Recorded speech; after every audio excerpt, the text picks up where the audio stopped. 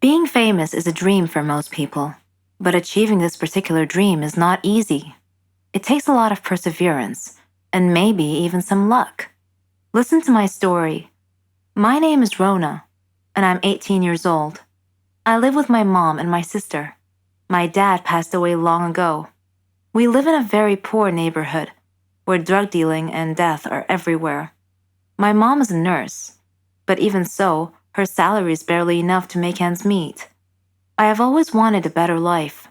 I often admired famous people, like singers and actors, and I imagined myself living in their world of fame and glamour. What I would give to be a famous person like them. I had a dream. I wanted to be a clothes designer or a fashion model. I would draw different styles of clothes and stand in front of the mirror, posing like a model. I just knew that my clothes would fit perfectly. But here's the thing. I wasn't thin enough to be a model. This was the obstacle between me and my dream, so I decided to go on a diet while searching for a job. One day, I read the news about some famous clothes designer and learned that a fashion show was going to be held near my area soon. Within a week, they would be holding an audition to select some local models, so I saw an opportunity to enter the competition, get selected as a model, and make my dream come true. I did everything I could to lose weight. When the audition day came, I tried to get in the fashion show, but the security guards wouldn't let me pass because I looked too ordinary. So I went home, dressed up like a princess, and then returned, looking more important. I was allowed in. I saw many fit girls with nice slim figures. They were so beautiful and seemed so enthusiastic about the audition and their chances of being selected. I felt like I was watching a fashion magazine photo shoot. I signed up for the audition. One by one, the girls performed in front of the judges. Some came out sad, and some came out ecstatic. After seeing this fierce competition, with many beautiful girls being turned down, I lost hope and turned around to leave. That was when I bumped into a woman. Her name was Linda. I excused myself and said, "I'm sorry, I wasn't paying attention."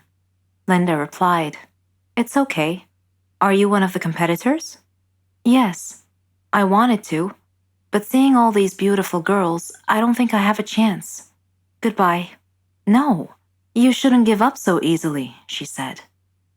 Her kind manner persuaded me to turn around and try out for the audition anyway.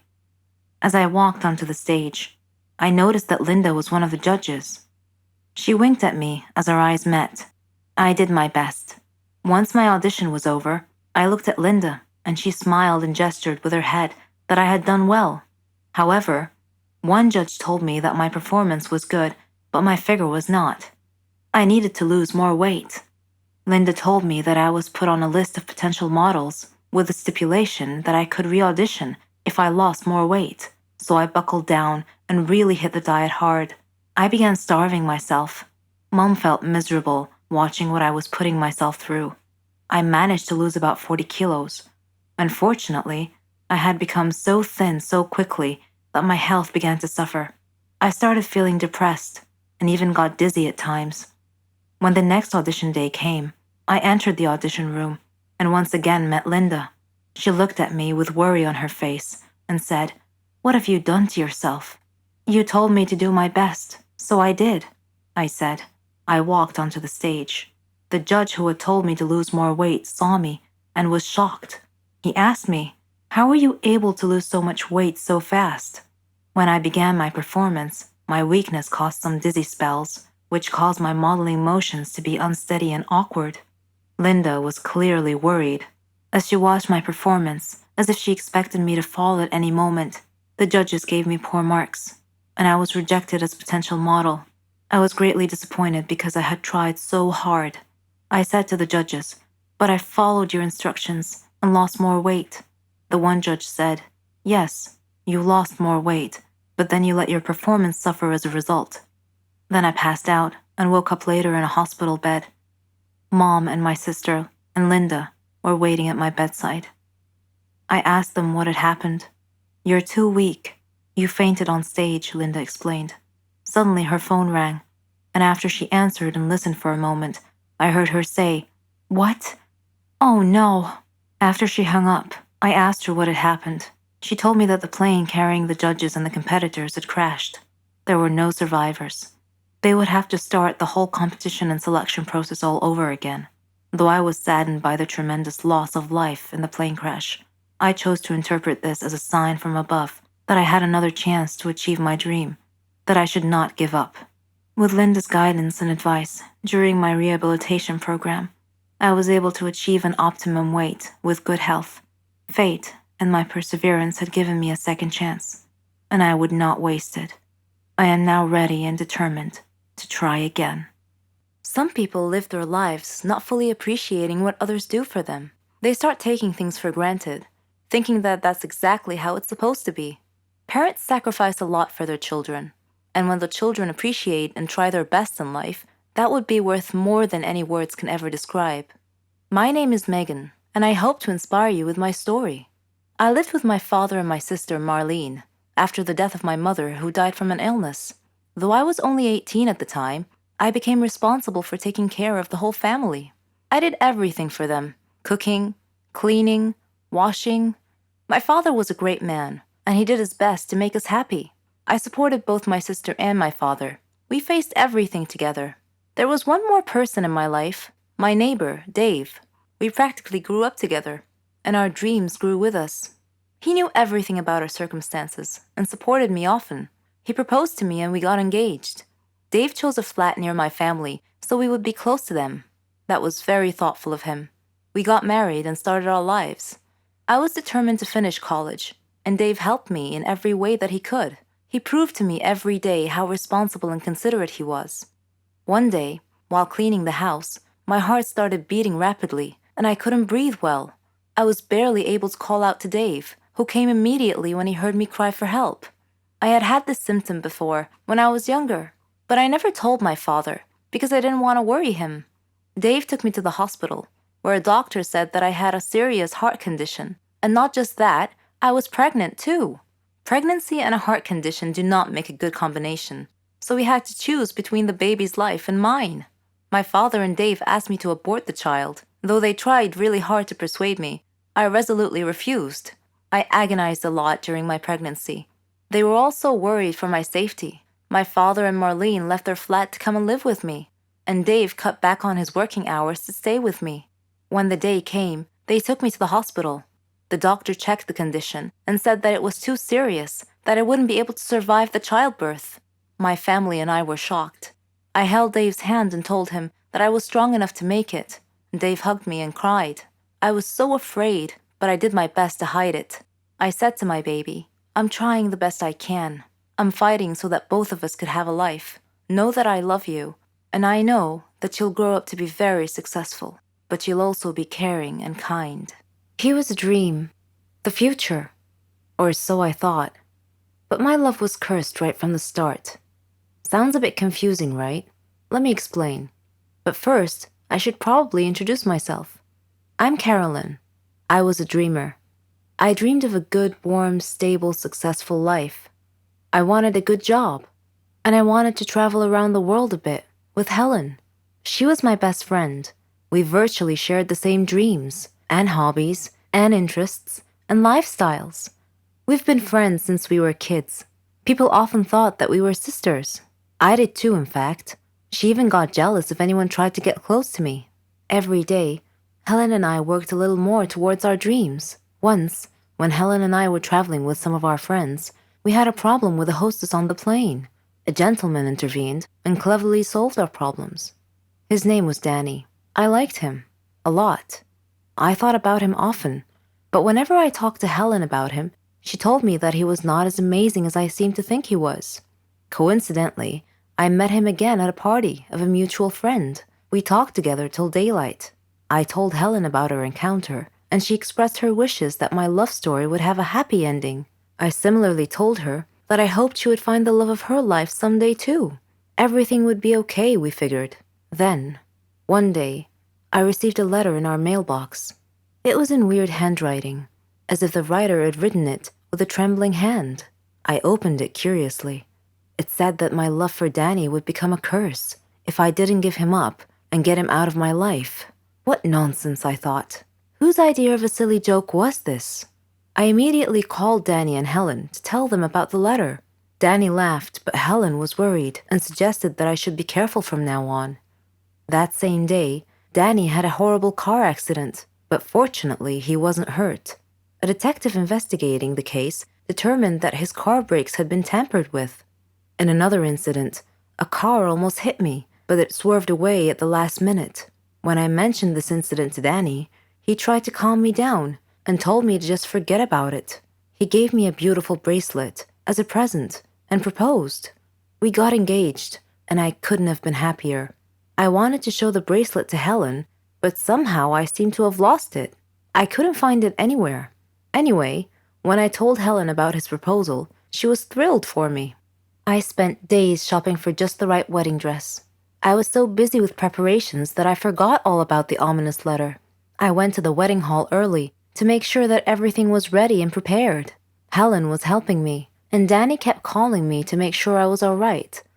Suddenly, the lights went out. I called out to Helen, worried that she might have tripped and fallen when the lights were out. When the lights came back on, Helen had fainted, and my dress had disappeared. I screamed to the ceiling, "What do you want from me? Leave me alone!" Suddenly, Danny appeared out of nowhere and asked me what had happened.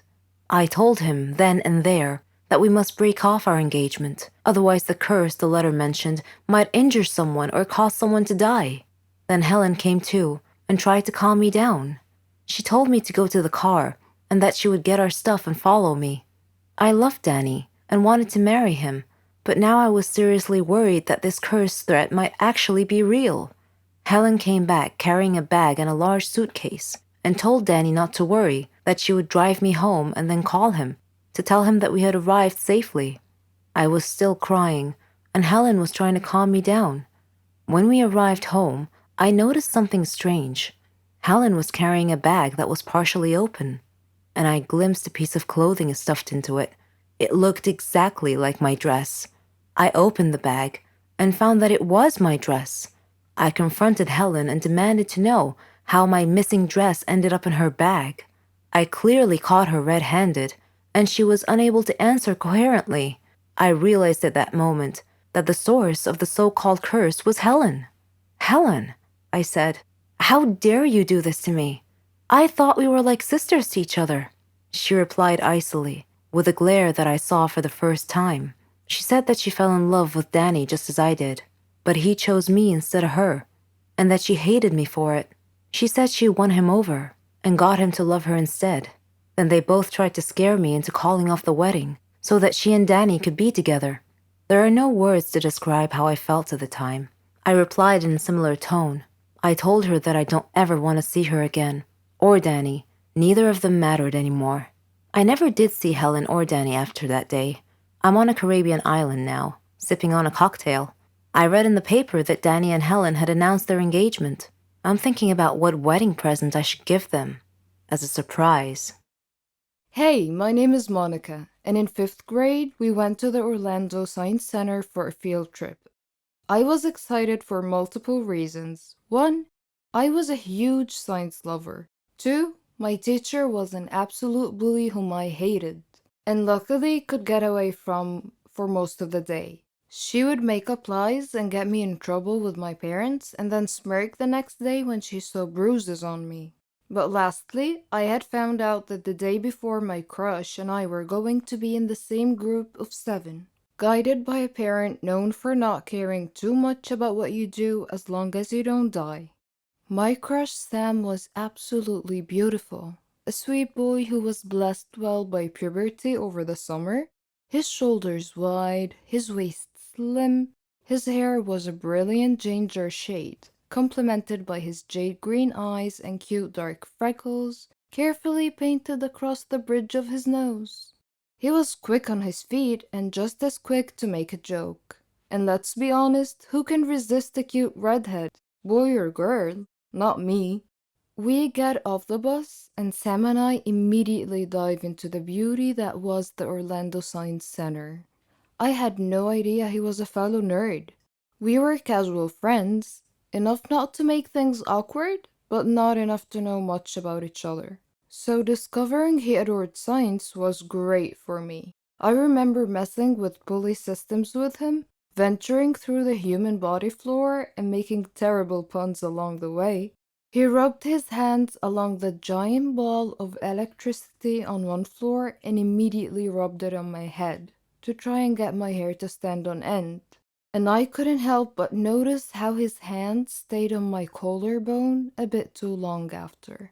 Lunch came and I looked at my stomach was fluttering the entirety of the trip, and I could even fathom eating with how jittery it was. Mrs. Sargent, my bitch-ass teacher, demanded to know why I wasn't eating, and was unsatisfied by I'm not hungry. You won't get to leave the room until you eat something. Everything. The planetarium is next. You better eat if you want to go and see the movie, she sneered, and stuck to her words, forcing me to down the raisins, I hate them, and chocolate milk, I'm lactose intolerant, but finally I was freed, back to an excited Sam. Now, for anyone who does not know what a planetarium is, it's a giant dome-shaped theater. Imagine walking outside, looking up, and the sky was playing A Bug's Life or something. It was just like that. It was absolutely beautiful. This trip included a showing about the stars above, the constellations, light pollution, all the fun facts. Sam was a huge space lover, planned on working at NASA eventually, and succeeded last time I checked Facebook, and was entirely geeked out about this showing. I was inspired by his love for it and became excited as well. I simply wanted to watch him fawn over the showing. It's too cute when people do that. We found our seats and we were immediately plunged into a darkness I didn't even know was possible. I sat back in the uncomfortable chair, encased in the crazy spins and stomach-lurching turns as the show shot us through the cosmos. The narrator had a smooth, deep voice similar to the great Morgan Freeman himself. But it couldn't trump the soft squeaks my crush expelled as he whispered space facts to me, the cool tip of his nose touching my blushing cheek. He was so close, going on about black holes, tying it all off with an excited, "Isn't it amazing?" whispered in my ear. I mumbled an agreement, my stomach full of butterflies, threatening to burst through the show and disrupt everything. Was it too hot in there, or was it just me? I finally worked up the courage to look at Sam, noses touching. The scene around us lit with thousands of stars, gently illuminating his face, yet reflecting brilliantly in his eyes. After a moment he whispered, "I think it's beautiful." And I could tell he was not talking about the stars. He moved, millimeters being covered at a snail's pace, closer to my mouth. This was going to be my first kiss, and I couldn't imagine a better scene as a kid. Just me, a cute boy, and a sky full of stars. I was so excited. I could feel nerves build up in my throat and the butterflies in my stomach. Wait, no, those were not nerves. Instead, I proceeded to retch, causing Sam to lean away before vomiting in his fucking lap. The heat, fluttering stomach, all the beginning of a stomach bug, which was given fuel when I ate lunch. I vomited in my crushed lap, guys. I honestly hope Sam doesn't remember me like ever.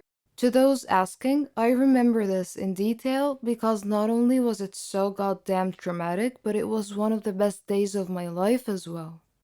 It ignited a love for science for me, plus, who could forget an entire day you got to spend with your crush? And yeah, I stalked him on Facebook to see what he does now. Nothing too major, if I remember. He actually simply works at the NASA Visitor Center, helping hosting school trips and stuff, but he still sort of followed his dream. I don't know where to begin. I don't want to live alone. I'm fed up. I need someone to talk to laugh with, to play with. I've been lonely since birth. My name is Bella, and I'm 10 years old. And this is my story. I lived with my parents in a nice, quiet neighborhood. My father was an engineer, and my mother was a housewife. Father used to travel a lot, But my mom always stayed home with me. Father was always busy. Whenever I asked him to play with me, he'd play with me for a while. Then he'd get a phone call and leave me by myself. Mother was always worried about me. She feared everything on the street, from friends to neighbors. My neighborhood didn't have any kids for me to play with. My parents used to fight a lot. I often saw Mother with her face colored blackish blue. Whenever I would ask her about it, she wouldn't reply. I didn't have any friends because Mother didn't want me to have any. I guess she was afraid they would hurt me. I don't know. One time, my parents were sitting together, and I asked Father why I didn't have any brothers or sisters. He told me to ask Mother, but Mother would just sit there silently, without answering. Later, there came a time when Father grabbed Mother and began beating her. I tried to pull him away from her, screaming, "Leave her alone! Let her go!" He slapped me hard, and I fell down. The last thing I heard before I lost consciousness was my mom screaming. I woke up later in the hospital to see my mom crying. She asked me if I was okay, and I nodded. When we returned home, my father wasn't there. I asked Mom where he was, but she simply said that he left on a very long business trip. I was feeling a little sad, but Mom surprised me with a doll. This was the first time that Mom had ever given me a doll. She said that doll would be like my little sister. I hugged it tightly and said to it, "Nancy, you and I are going to be the best sisters ever." Mom often left me with Nancy when she had to go out to do business. It was okay, though. I felt that Nancy could understand me whenever I spoke to her. Time passed quickly. One day, Mom came home tired and went to sleep on the couch. I made a tent in my room where I collected all of my toys and played with Nancy. I was speaking to Nancy and telling her how beautiful she was and how I felt lucky to have her as a sister. Then I asked her, "Nancy, do you know why Father left us?" Miraculously, Nancy answered me, saying, "Father left you because he never really loved you to begin with." I was shocked and took 2 steps back. Then I said with a trembling voice, "Nancy, you can speak?" Nancy answered and said, "Of course. Can't all dolls?"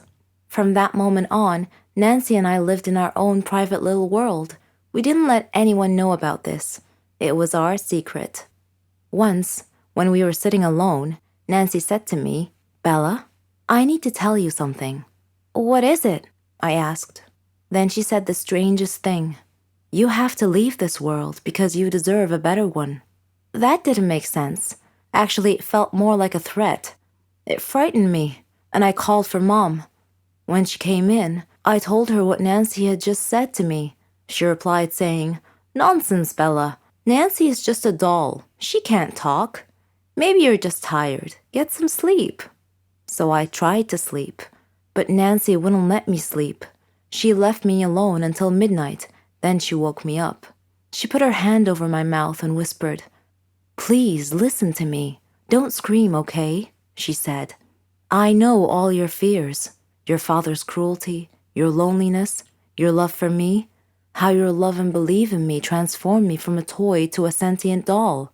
I really love you, Bella, and I want you to be happy."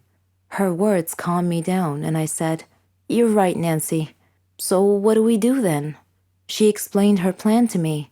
"In 2 days' time, we'll run away from home to a place called Toyland, where we'll meet some great friends." Whenever Mom was busy with work, I would speak and laugh with Nancy. And whenever Mom would enter the room and ask me who I was speaking to, I would laugh and point at Nancy. I could see in Mom's eyes that she was beginning to worry about me. One day, as Nancy and I were preparing our stuff to escape, we were looking at a map we had prepared. Then, unexpectedly, Mom came into the room. She saw the map and asked me about it. I looked at Nancy, and she gestured with her eyes that I shouldn't say anything. Seeing this, Mom took Nancy and threw her into the trash can. I screamed and pleaded. That was all I remember. Hi, my name is Selena. I'm 19 years old, and I'm just crazy about basketball. I follow all the sports news, the star players, and the league statistics. I know the names of all the famous players around the world. My friends were amused by this, because their interests ran more towards makeup, fashion, singers, and movie stars.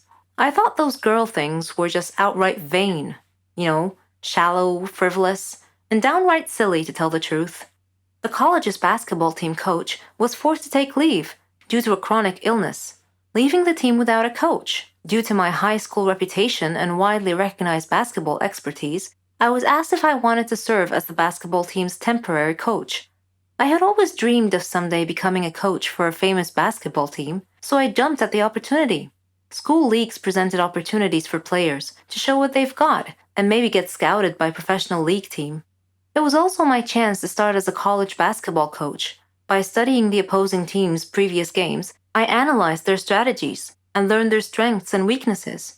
I was able to excel and drive my team to an undefeated streak of winnings. We won the college league championship. I was selected to train a team in a professional league with another famous coach. It was an incredible opportunity for me to up my game a notch. During this time, I met an opposing team's coach named Jacob, who was something of a genius when it came to winning basketball strategies. He shared the same dreams as mine. He bragged that his team was better than mine. Well, I couldn't ignore the gauntlet he threw at my feet, so I challenged him to a game. My team against his, in the upcoming season, and may the best team win. If my team won, he would acknowledge me as a superior coach, and vice versa. The season began, and both our teams began beating all our opponents. I used these victories to hone my coaching skills to the next level. Both our teams were undefeated until the day we were to face each other in a championship game. The game began, and both teams played hard. We stayed closely matched the entire game. In the final few seconds of play, one of their players got past our defense. He scored a buzzer beat. I was crushed and began to cry, but my team's fans in the stadium broke into a loud applause. They began chanting my name, acknowledging that I have given them a great competitive, entertaining game. Jacob came over to me. I figured he came to gloat, but instead, he got down on one knee and presented me with an engagement ring. I was in shock. The stadium cheered even louder. I may have lost the game that day, but for some reason, I felt like a winner. I think the person who invented horror movies must have had real psychological problems. What benefit is there spending hours watching vampires, werewolves, decapitated heads with arteries spurting blood? Horror movies are just a waste of time, and I'm sick of constantly seeing them on TV. Do you think these horror movies affect our heart and nerves? Will they somehow bring about our deaths in due course? My name is Melina. I am 15 years old. My mom died during childbirth when my brother Martin was born. It was my responsibility to take care of him. My friends called me Melina the Horrible because I really hated horror movies. Even if they only had a smattering of corpses, scary monsters, an insane madman wearing masks and stabbing people at random acts of cruelty. Creators of these movies had to be deranged. We really don't need those kinds of movies. There's enough cruelty and misery in the real world as it is. They did humanity no favor. My friends all made fun of me. They said I was just a coward. But that wasn't it. They just don't get it. It was impossible for them to change my mind, though, but they never stopped trying. Then, one day, I had to face a horror that was all too real. Before that day, I was preparing to submit a drawing for the school exhibition. I had worked on that drawing for more than 2 years. I wanted to win the Best Artist Award of the year. It was on this fateful day, after I had finished my masterpiece, that my nightmare unfolded right before my eyes. I woke up to the sound of my alarm clock. I had overslept an hour and was late for school. I grabbed a shirt that I had washed the night before, but it was still all wet. I tried to iron it, but I burned a hole in it instead because I was in such a hurry. I was literally running out of time, so I grabbed a t-shirt instead. I packed some breakfast in a bag, took my drawing, and ran to school. I was so focused on rushing to school that I didn't notice the mud pile up ahead, or the car coming from the side road, until it drove right through the puddle and splashed muddy water all over me. Well, at least my drawing was safe. Finally, I got to school, but the outside door was locked, and I couldn't get in. Frantic, I knocked on the door, and the school security guard looked at me through the small hole in the door.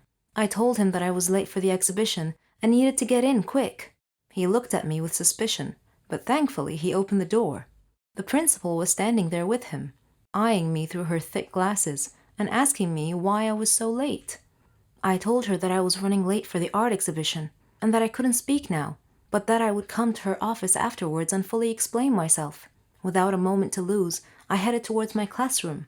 Suddenly, I heard a sound as if the herd of elephants were coming my way.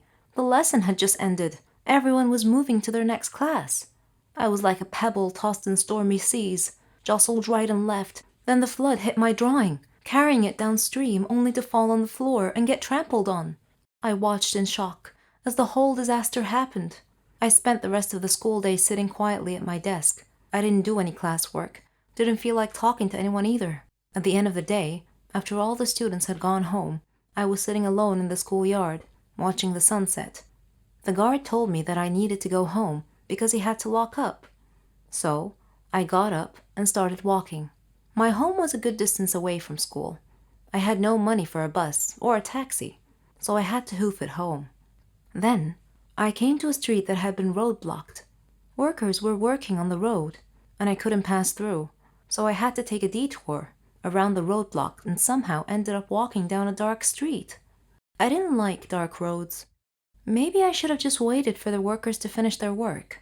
But then again, it would have been quite late. I continued down the dark road. I knew Dad would be worried, so I hurried along. It was just a dark road, nothing to be afraid of. I mean, it's not like I believe in horror movies. What am I afraid of anyway? What's the worst that can happen? Suddenly, I heard a sound on the other side of the street. It sounded like a voice moaning in pain. I ignored it and continued on my way, walking a little more quickly now. Then, the moaning sound turned into a snarl, and I heard footsteps behind me. I sped up my pace. I imagined the dark shadow following me, was gaining in on me, getting closer and closer. Could it be a ghost? A dead spirit? I stopped, and so did the footsteps. I felt their presence awfully close, so I turned around to face it. I saw a blue face, sunken shadows of the eyes, a stiff body, fangs in the mouth. A zombie! My brain screamed. I felt the blood drain from my face. I screamed. He snarled, and I ran. As I was running, another zombie appeared in front of me, trapping me between the two of them. What should I do? I had to do something. So, with all my strength, I swung my bag around in a circle and struck the one in front of me. He fell to the ground, and I ran past him, and I heard snarling again on the other side of the street. This must be a dream, I thought, but unfortunately, it was all too real. I kept running. Groups of zombies were gathering everywhere. Their appearances were disgusting and terrifying at the same time. I never want to see horror movies, but now they had decided to come to me instead. I ran, fell down, got back up, and ran some more. The street seemed really long. Suddenly, I saw a huge zombie crossing the road and getting in front of me. He was larger than the rest and had a large hunting knife stuck in his head. I screamed and fell down, slowly moving backwards, trying to keep my distance from him. Soon, I was surrounded by two of them again. This really wasn't my day at all, and it was going to end up with me being zombie meal. I thought of Dad and my friends and what they would think about me being eaten by the thing I despise most. Zombies broke out through the hedges and surrounded me. The big zombie pulled the knife out of his head and prepared to stab me, but I made the heroic effort and grabbed the knife from his hand and stabbed him with it instead. But the knife crumbled. It was paper, and unexpectedly, all the zombies gathered round and removed their faces, and all my friends shouted, "Happy Halloween!" I was angry and mortified, and relieved. They praised me for my courage and apologized for pranking me. They had told passers-by to avoid this dark street so that they could pull their prank. They even enlisted some volunteers to help them with the prank. I was still in mild shock, waiting for my breathing and heartbeat rates to return to normal. To comfort me, they presented me with a zombie doll as a memento of this night. After I finally got home, I told Dad about the whole thing, and he rolled over the floor laughing. I was so glad this day was over. I was right. None of it was real. Just that second, something made me glance at the zombie doll, and it turned its head to stare at me. Hello, I'm Sarah. Ever heard of a phobia before? Don't worry, it's not contagious or anything. It just means you're scared of something in particular. Places, people, things. I have a phobia, but I don't like to talk about it. And I definitely don't want to be seen in that state. I was in my second year at college. I had been very busy that semester because we had a lot of assignments, and it was fine. I mean, I liked studying and completing tasks, but I was never a nerd or a geek. No. I like to dress nicely too. I have my own fashion and style. It wasn't easy making friends, though. There were two types of people at my school: smart nerds who couldn't care less how they dress, and complete airheads who dressed nice.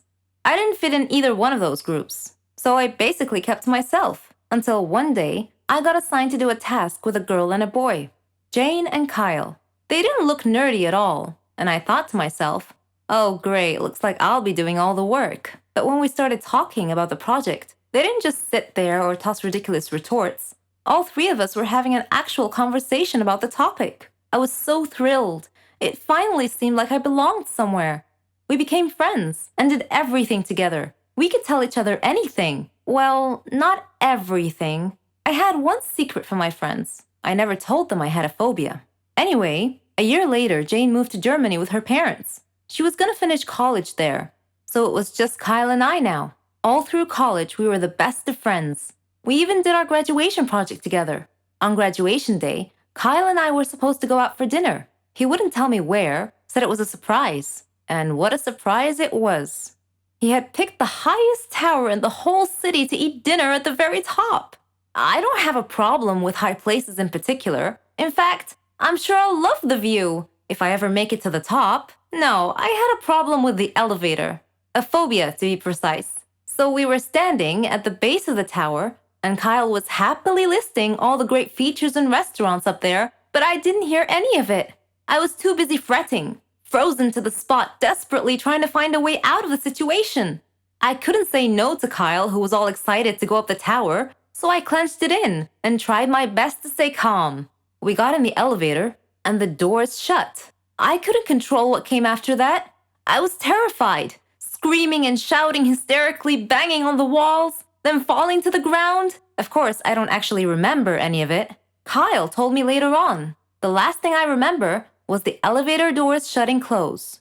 When I came to, I was at the hospital. Kyle was sitting by my bed looking worried. When he saw that I woke up and that I was feeling fine, he started laughing at me, saying, "Why didn't you tell me you had a phobia?" I felt ridiculous and started laughing too. And then, out of nowhere, he proposed. It was his plan all along, although he pictured it at the top of the tower. All that happened 3 years ago. We're married now, and we have a baby girl. I'm being treated for my phobia. It's not completely gone, but I'm way better now. Apparently, hiding my problems never solves them. I'll have to face them, sooner or later. I don't follow the news much. International crisis, crimes, kidnapping, all these things just fill me with dismay.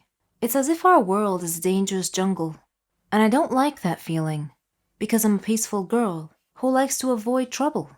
Little did I know that my peaceful world was going to be shaken by one of these sad events. I'm Marcia, and I'm 18 years old. I live with my parents and my little sister Marilyn. My mother often warned me to be alert and avoid dangerous situations. She told me that peaceful people can live in a peaceful world if they choose to do so, but that wasn't entirely true. I was at a friend's birthday party once, and we were laughing, eating, playing, and having a great time. I wasn't paying attention to my phone much, but when I chanced to look at it, I saw that Mom had called me over 1,000,000 times around midnight. She was clearly worried about me being out so late, so I decided that I needed to rush home. I was afraid to take a taxi alone, but I needed to hurry home, so I walked out to the main street, which was very dimly lit, and saw a taxi nearby. But when I got closer to it, I saw that all its windows were tinted, and I didn't feel at ease. I made to look for another one, but then the taxi driver opened the front door and smiled. His elderly age and his friendly smile disarmed me and gave me a lulling sense of security. So I asked him to take me to my home, and I jumped into the back seat. He asked me why I was walking alone on a dimly lit street that late at night, and I told him about the party and my losing track of time. He warned me not to walk late at night again, because that was a dangerous time to be about. He asked me if I had heard about the serial killer named Bradley. I said that I did, but that I didn't know what he looked like. At that point, he laughed, and I heard the 4 doors suddenly lock themselves. He looked at me and said, "My name is Bradley. Now you know what I look like. It's so nice to meet you." I screamed for him to stop the taxi and let me out. He stated simply that the simple mistakes can have the largest impact on our lives sometimes. He boasted that I would be a perfect addition to complete his skull collection. In a panic, I grabbed his seatbelt and began strangling him with it. I demanded that he stop the car, but he refused.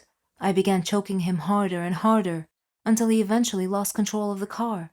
The car careened off the road, flipped a few times, and landed upside down. Luckily, I was still conscious and was able to get out of the overturned car. He tried to grab me as I was crawling out, but I managed to escape. I ran back up the main road and flagged a car carrying a family in it. Once I reached home, I relayed my horrendous experience to Mom, and she took me to the police station. After listening to my story and my description of the guy, the police promised to investigate and to catch the criminal as soon as possible. That experience scarred me for life, but I know now that I have to be strong if I am to live on. Some days later, I received a message from an anonymous sender that said, "Be ready for the next ramble. You haven't seen the last of me yet." You know, sometimes the truth is even stranger than fiction, especially if you had a dark secret in your life that would put you in danger if it were exposed. Such was my case, and this is my story. My name is Charlotte, and I'm 17 years old. I live with my mom. My dad passed away before I was born, so my mom had to raise me all by herself. My mom knew everything about me. My school studies, my friends. She had certain rules that I was supposed to follow, like eating outdoors was forbidden, and I can't be friends with someone unless she knew everything about them first, and so on. I thought these rules were somewhat paranoid, and I asked her why she placed such restrictions on making friends. Her reply was simply that you can't trust anyone nowadays. But that wasn't a very satisfying answer. And when I asked her what it meant, she didn't say anything further. As I was growing up, these rules mystified me even more, and I couldn't help but wonder if they had anything to do with my father, whom I knew nothing about. Mom always said he was a troublemaker, and she told me that everything would be clear to me in time. One holiday, I joined a new band. We held a lot of concerts. It was the best. I was good at playing music and singing. When we went camping, we met some students from other countries. We made a lot of new friends and had fun together. We even had a chance to increase our band's fame and reputation. After our first performance at camp, an Asian girl approached me. She hugged me, saying, "Charlotte, I missed you a lot." Taken aback, I asked, "Do I know you?" She surprised me again by saying, "Don't you recognize me? I'm Mary, your friend." I smiled and replied, "You must be mistaken. I don't know you." After insisting that she was indeed my friend, she excused herself and ran back to join her friends. Weird. Though, now that I think about it, I have often had an eerie feeling that someone was watching me wherever I went. I tried to shake off this feeling many occasions, but I never could. I would just tell myself that it must be my imagination. That night, we all went into the jungle. It was a jungle tour. It was very dark, and I got separated from the group and found myself alone, surrounded by trees. I called out to my friends, but no one heard me. Suddenly, I bumped into someone, a girl it seemed, and I apologized. When I turned around to look at her, I was shocked to see, well, myself, or my double. It was as if I was looking in a mirror. "Who are you?" I asked. "I'm Charlotte," she replied simply. "That's impossible. I'm Charlotte," I said assertively. "Are you with us here at the campsite?" "Yes," she said. I asked her which way back to the campsite. She pointed in one direction and we headed back. As we were walking, her phone rang. It was her father. He was worried about her and was just making sure she was okay.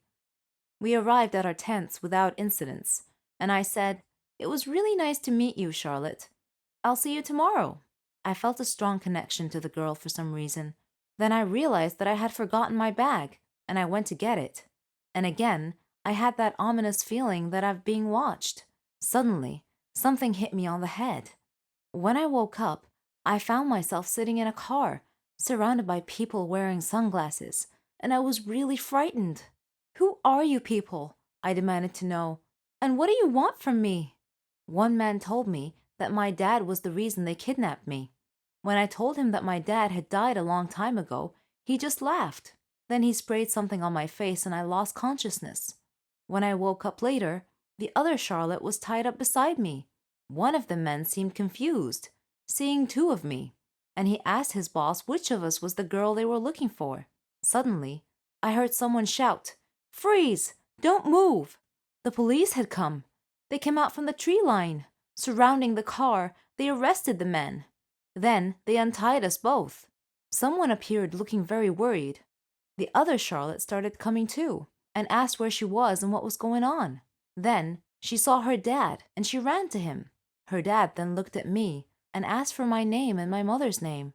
When I told him, he said he knew who I was and said to send his regards to my mom and to tell her that he was still keeping her secret. Then he gave me a medal and hugged me, saying that he wasn't sure if we would ever meet again. I was still staring at him, looking confused, so he smiled and he asked me where my father was. And I told him that my father was dead. And then he said that that was their agreement.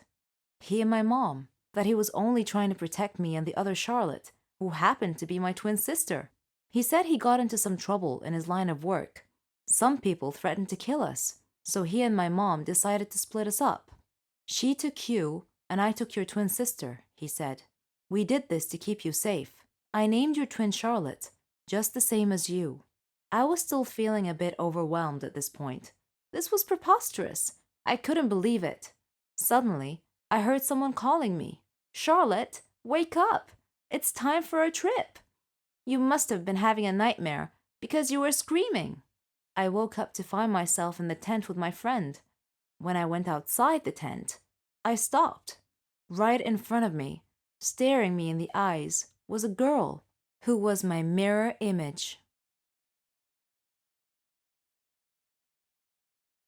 It all happened on my last holiday. It was a terrible experience. It was the worst holiday I have ever had. Me and my friend Renee, we decided to go to New Zealand. We were saving money for a very long time to go on this trip. It was our dream to go to the land of the Lord of the Rings. We had made reservations for flight at the end of July, and from that moment on, everything went wrong. It turned out that the flight was reserved for only one person, simply because a woman at the travel agency didn't understand us very well. I managed to reserve a flight, but a different one, so we couldn't go together. But I thought that it was not a big deal. My friend flew a few hours after me. I was going first. When I arrived at the airport, I was very happy because that meant that my holiday has just started and that nothing else could happen. And I was mistaken. When the hour of my flight was coming, I queued up to the custom clearance. My passport was right, and the next thing I had to do was to go through the metal detector. When I was passing through, it started to beep. I was so scared. I was taken aside immediately, and I felt like a thief. It was terrible. The custom officer had taken me to another room and she told me to undress.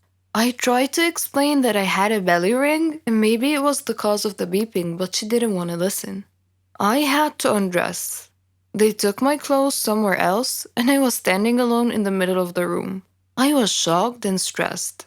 The woman came back after about 5 minutes, which seemed to be ages for me. She gave me back my clothes, but I was not allowed to put them on. She checked me one more time with a small metal detector, which was obviously beeping in front of my belly ring. Of course, the custom officials went through all of my things, but they didn't find anything. I was late for my flight, so I had to wait for another one. My friend was supposed to meet me at the airport, and it was me who should be waiting for her. She was terrified that I was not there, but fortunately she decided to wait. After that horrible flight, we met at the airport and we went to our hostel. It turned out that we expected something different, but it was not that bad, and we were too tired to look for something else. New Zealand is the most beautiful country I have ever seen, and we loved everything about it. The people, their customs, their food, basically everything, and the entire environment. We spent 3 weeks there. We had a really good time, but when the time ended, we had to fly back home. I was a little bit scared. This time, I decided to remove my belly ring. We came to the airport about 3 hours before the departure time. At the entrance to the airport, we saw an older woman who had a large card with the word written on it with capital letters, Poland. So I came up to her and I started to speak in Polish. She smiled and we started to chat together. When we were just about to leave, she asked me if I could take a box of chocolates with me and give it to her son in Poland. He was supposed to meet me at the airport because she would phone him. And of course I agreed. And then it started again. At the custom clearance, everything was okay. I came through the metal detector and nothing happened. My passport was alright. I was almost free when the custom officer asked me about the chocolates. I said that it was given to me by the lady at the entrance and that her son is going to take it back at the airport in Poland. The custom officer asked me to open the box. I didn't want to agree as it was not mine, but I had to. It turned out that inside there were not chocolates, but cocaine worth $20,000. I was taken to jail. I spent 2 days there and then everything had been explained. I could come back home and the lady and her son were caught and also taken to jail. I don't have to explain why this was the worst holiday ever. Don't we all feel special sometimes? I grew up in an orphan house. I'm not trying to pretend that there was anything special about it, but I grew up with this nagging voice inside my head telling me how special I am and that my life will eventually turn upside down. It turned out I was not being delusional or anything. What happened to me was every foster child's dream. If only I knew what my future held for me. My mom, dad, and twin sister committed suicide in 1992. I was saved by my extended family only to get abandoned later. I was disowned not because two of the wealthiest families in the city couldn't raise me, but because I was a curse for their reputation. My mom and dad were not married, and that brought them so much shame until they took their own lives. Fast forward few months later, one day I woke up at a children's home. I'm an orphan now. I have absolutely no memories of my parents, or even my twin sister, but I do remember my extended family very well. They gave me up when I was 6 years old. My uncle is an extremely rich businessman. He was never really bad to me. In fact, he put me in what you can call a fancy home. Although he promised to visit me every weekend, he never did. I was put in a medium-sized room with 4 other girls, Rosaline, Claire, Bella, and me, Rachel. They were all dressed in clean nightgowns, but they were all the same color, pale green. Mrs. Milton, our guardian, gave me a similar gown to put on. It felt as if I was admitted into kids' military. Our hair was always put up in a tight bun. We all looked the same. Mrs. Milton was not the kindest person you could come across, but she wasn't evil either. The house was divided into 2 sections, one for the boys and one for the girls. The only time we met the boys was in the outside building, which was some sort of a school. We took a few classes every day, and to be honest, we had some really good teachers. I always sat next to a boy called Nate. I thought he was super smart, and he always helped with my math homework because numbers were never really my field of expertise. We eventually became really good friends. Whenever I went back to the room, all the girls were too occupied with their toys, and they were all good friends already. It felt like I was an outsider. However, a few months later, I became the alpha of the group. Don't get me wrong, this is not another Oliver Twist story. We used to pull pranks on each other all the time, and we had a really good laugh. I mean, being in a foster home is not exactly a vacation. So we made the best out of a bad situation. When the girls would go to sleep at night, I would go fake sleeping until Mrs. Milton had gone to sleep as well.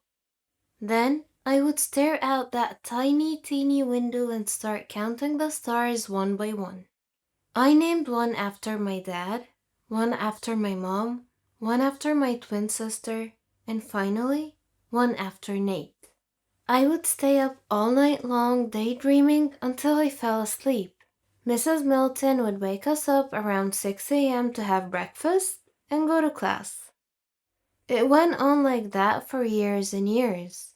Every day seemed exactly like the other, except on the weekends, which wasn't really much of a weekend.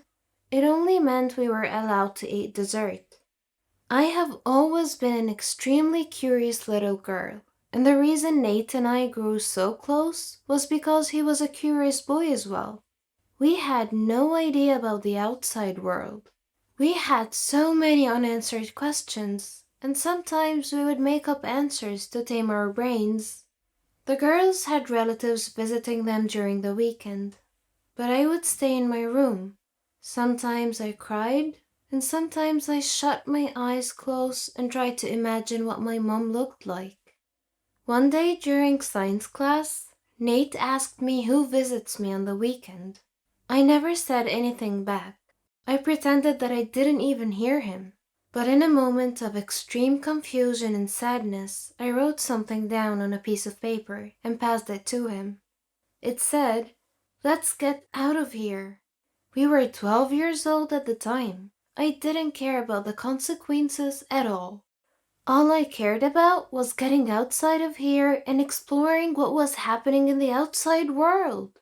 I wanted to go back to my uncle, even if he didn't want me. Nate looked at the paper, folded it into half, and he freaking swallowed the paper, and he just nodded his head at me. I wasn't sure what he meant by the nod until at midnight. While I was looking at the stars I befriended for years now, I heard the slip of a paper under the door. I quickly got up and the paper said, "Meet me at the school building in 5 minutes." I slowly opened the door and ran downstairs. Nate and I stood there awkwardly, not knowing what to do. We started discussing a runaway plan. But seriously though, what could two kids do to escape a fully guarded huge building? We were smarter than any of you would think. For the next week, we studied every movement happening around the place. When security guards changed their shifts, which teachers left class early, we even memorized the times when Mrs. Milton had to use the bathroom. We had a solid plan. At the end of the week, on Friday, we had history class, and the teacher always left a few minutes early. At the same exact time, security guards changed their shifts, and Mrs. Milton took about 3 to 4 minutes to come downstairs and walk us back to our rooms. That was it. That was the moment I have been looking for all along. We passed by the guard's back and we ran and ran like there was no tomorrow. After a few blocks, we were out of breath. We were two kids dressed exactly alike with no money and no place to go. But we couldn't stop, not after we finally did it. We kept on walking and walking until it was night. I looked up at the sky and I could not believe my eyes. The sky had endless stars. I let my hair down and got rid of that stupid bun I've had for years. I decided that Nate and I could go into a shop and ask for a suitable job that could offer us a place to live and food. Yes, I was that smart, and I still am. So we went into a grocery store owned by an old lady. We told her our story, and what she said back was, "I need to call the police." And so we begged and cried and begged, and the lady had a big heart. She offered us some sandwiches and said we could help deliver groceries around the block. We immediately agreed. Nate and I had to sleep on a blanket inside the store every night. It was not a great situation, but we loved that sense of freedom. We felt like we were hero kids with superpowers.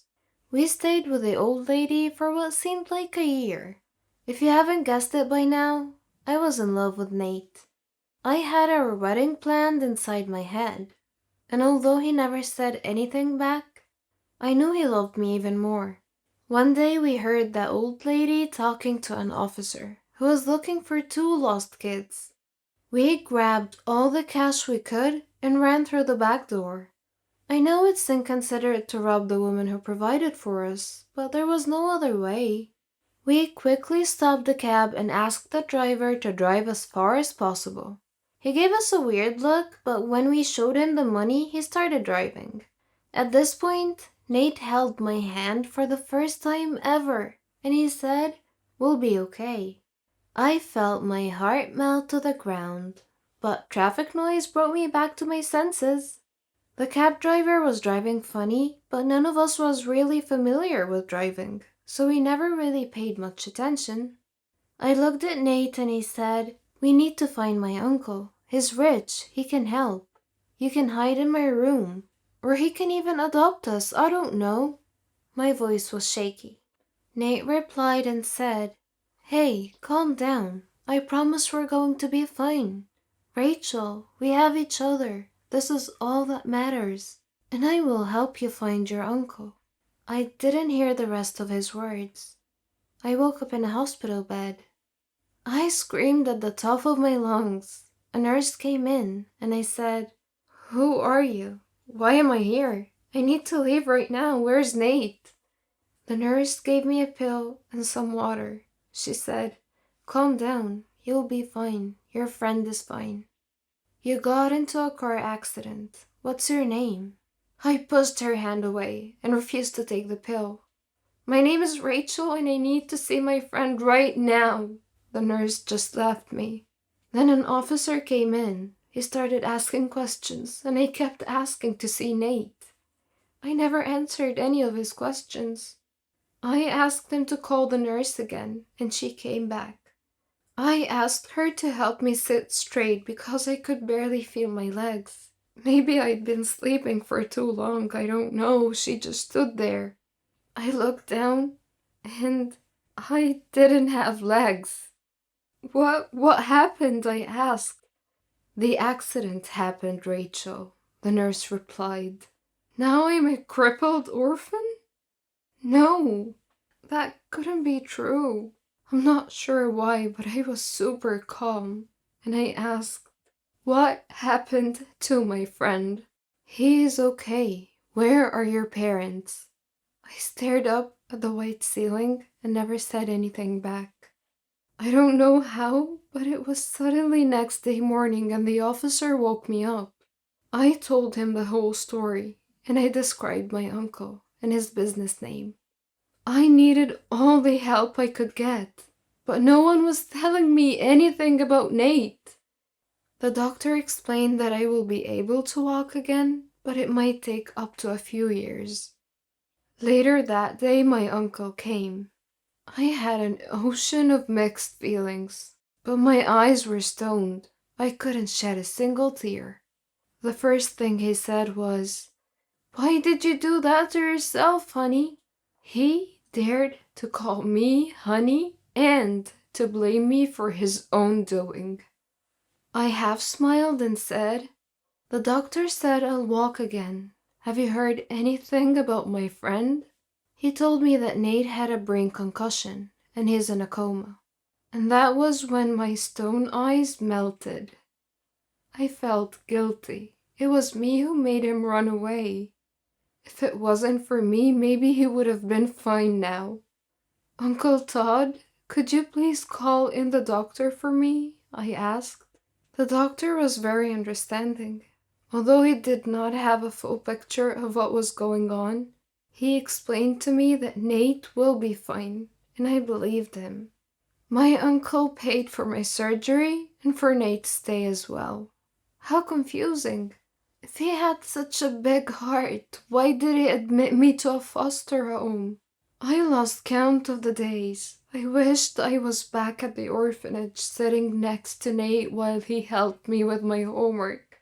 A month passed by, and Nate was doing a lot better. I saw him a few times, and I was able to walk a few steps with the help from the nurses. My uncle visited from time to time, and I could tell he was trying to make it up to me. But wasn't that just a bit too late? 6 months later, we were both sent back to the orphanage with reports that Nate is at a risk of a brain stroke, and that I couldn't walk or stand for too long. My uncle offered that we stayed at his house, but we both knew he never meant it. Back at the orphanage, we were treated differently. It wasn't just the same. Things have changed, and Mrs. Milton had quit.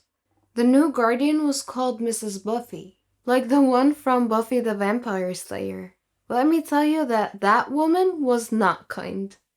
During break time, Nate and I would discuss what we wanted to pursue as careers, because we only had a few years left here, and then we could just leave without having to run away. Nate wanted to become a programmer. The guy was a true genius, and I wasn't so sure of what I wanted. But if you guys still remember the beginning of my story, I knew I was destined for something special. Mrs. Buffy caught us exchanging love letters, and Nate and I were forbidden from sitting next to each other in class. Well, except during history class, because the teacher didn't really care much about anything. We were also expert sneakers by now, so we managed to steal a kiss every now and then. Things were starting to get better. I could walk better, and Nate could talk better, because he had a problem with stuttering. A year passed by, and we were about to leave the orphanage and go to college in less than 6 months. One day during break, Nate started throwing up. Mrs. Buffy refused to even call a doctor. The next morning he couldn't speak at all in class, and he started throwing up again and again. I ran up to Mrs. Buffy to take him to the hospital, and she replied, "We can't afford hospital, Rachel," and looked the other way. "Call my uncle right now," I screamed at her. "Fine," she said in a very careless voice. My uncle came, and Mrs. freaking Buffy refused that I go with them. And so my uncle took Nate to the hospital. After 4 hours, my uncle came back, and without my consent, he demanded I leave and go home with him. I was so concerned and just went with him. I kept on asking questions, and he said nothing back. He parked in front of his mansion, and he said, "They tried their best at the hospital. I'm so sorry." And he hugged me for the first time ever. I pushed him back, and he said, "What does that mean? Do you mean that Nate is gone?" And then my uncle started crying. He invited me to go inside, but I refused. No way. Nate couldn't just leave me like that. I walked away. I sat on the pavement recalling all the memories we had together. I looked at my artificial legs and kicked them so hard, but I didn't feel a thing. I lived with my uncle for a year, on the condition that I will pay rent until I could move out. What if Mrs. freaking Buffy had called the doctor? Wouldn't Nate be here right now? I had nightmares about killing her every single night. I got a part-time job as a teacher. I paid my rent and saved the rest for college. I finally knew what I wanted to study. I wanted to study journalism. I worked day and night until I could afford college. I sent hate letters to Miss Buffy every now and then. As soon as I graduated, I landed a 1 in a million job. I worked for the biggest newspaper in town. I moved out from my uncle's, but we are on good terms. 2 years later, I went back to the orphanage, only to find out that another kid had died due to lack of responsibility. Although Mrs. Buffy was old and even grumpier now, it didn't stop me from getting back at her. I wrote every detail of Nate's story and submitted it to my boss. He never even knew I grew up in an orphanage. The story went viral. I was even interviewed to share more details on television. Finally, Mrs. Buffy went to prison after a long trial.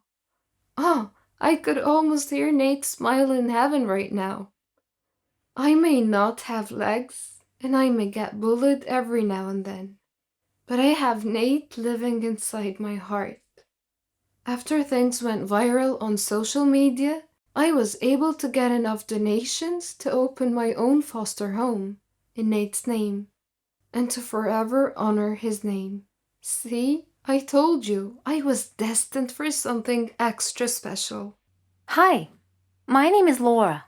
I'm 23 years old, and I teach art.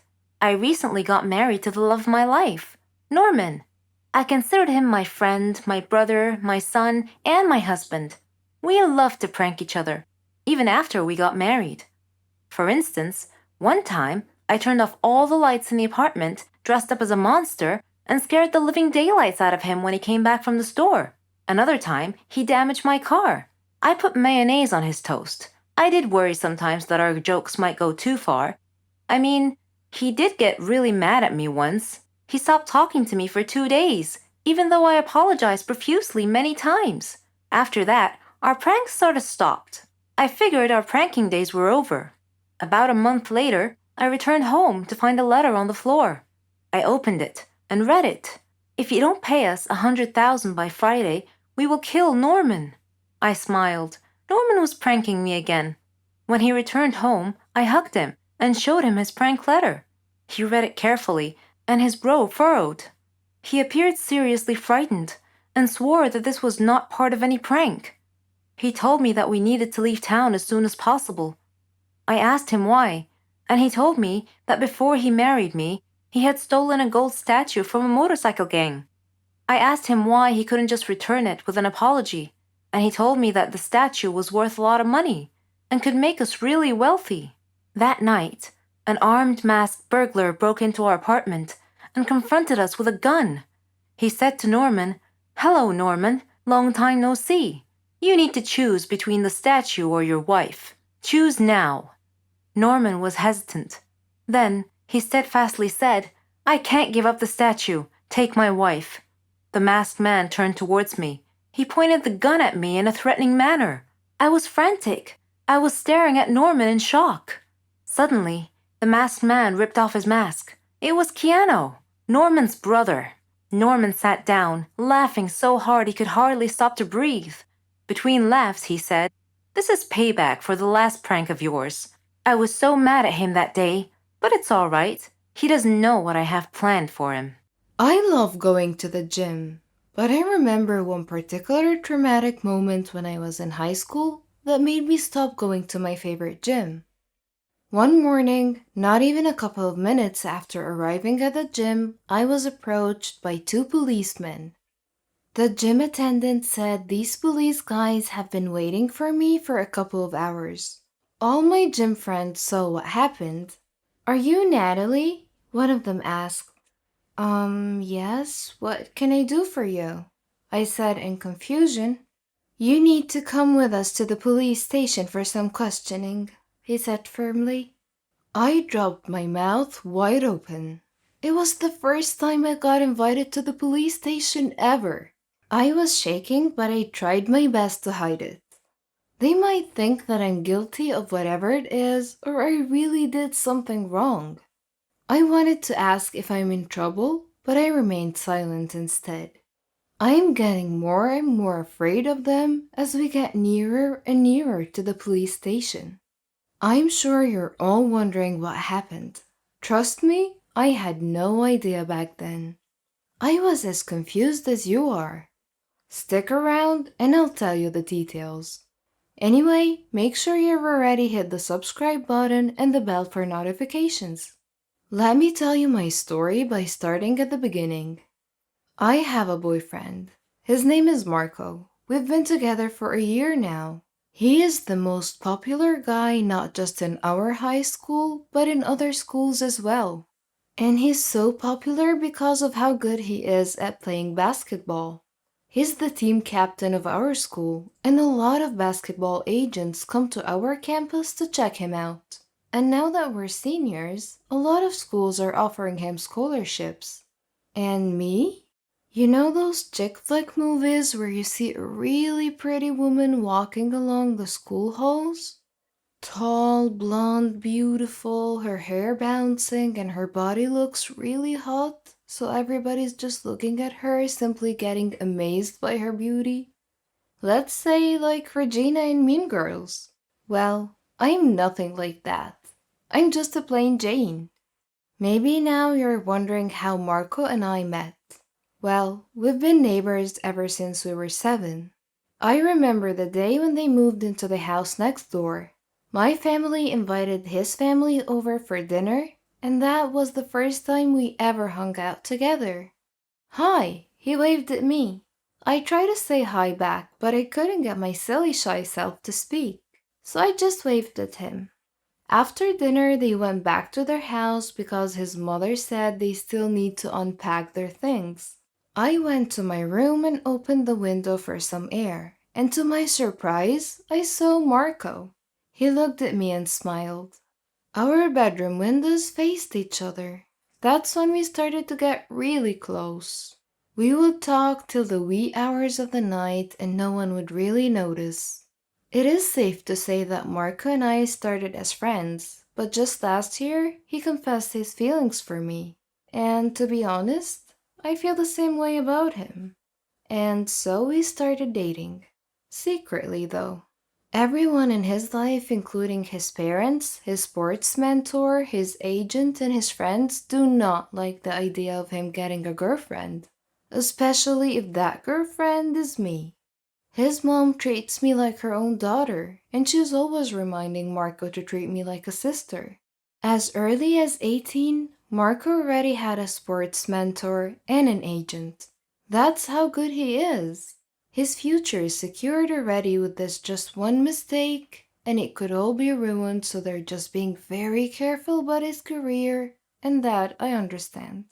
But I've been a very supportive girlfriend.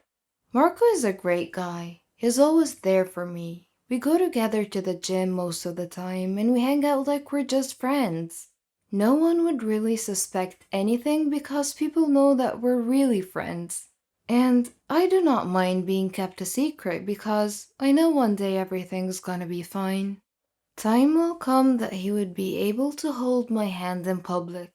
One time on our way home, Marco told me something that made me so happy. I love you, Natalie. I like no one but you, he said. I love you too, baby, I said before hugging him. But sometimes I cannot help but get crazy. I see a lot of girls in school trying to get his attention. I cannot even count how many girls are trying to flirt with him all the time. One time, Mandy, the cheerleader at school, tried to kiss Marco in front of me. I almost stripped her eyes out at that time, but I kept my cool. I just quietly planned my revenge. During gym class, Mandy was taking a shower, and I took all of her clothes and threw them in the garbage bin. That was harsh, I know. But I trust Marco. I know that he loves me. He's also always trying to assure me how much he loves me. And I believe him. But things started to change. Since we were 15, we promised each other that we would go to the same college together. Both our parents could afford to get us into college, and we made a vow that we would still be together when the time comes.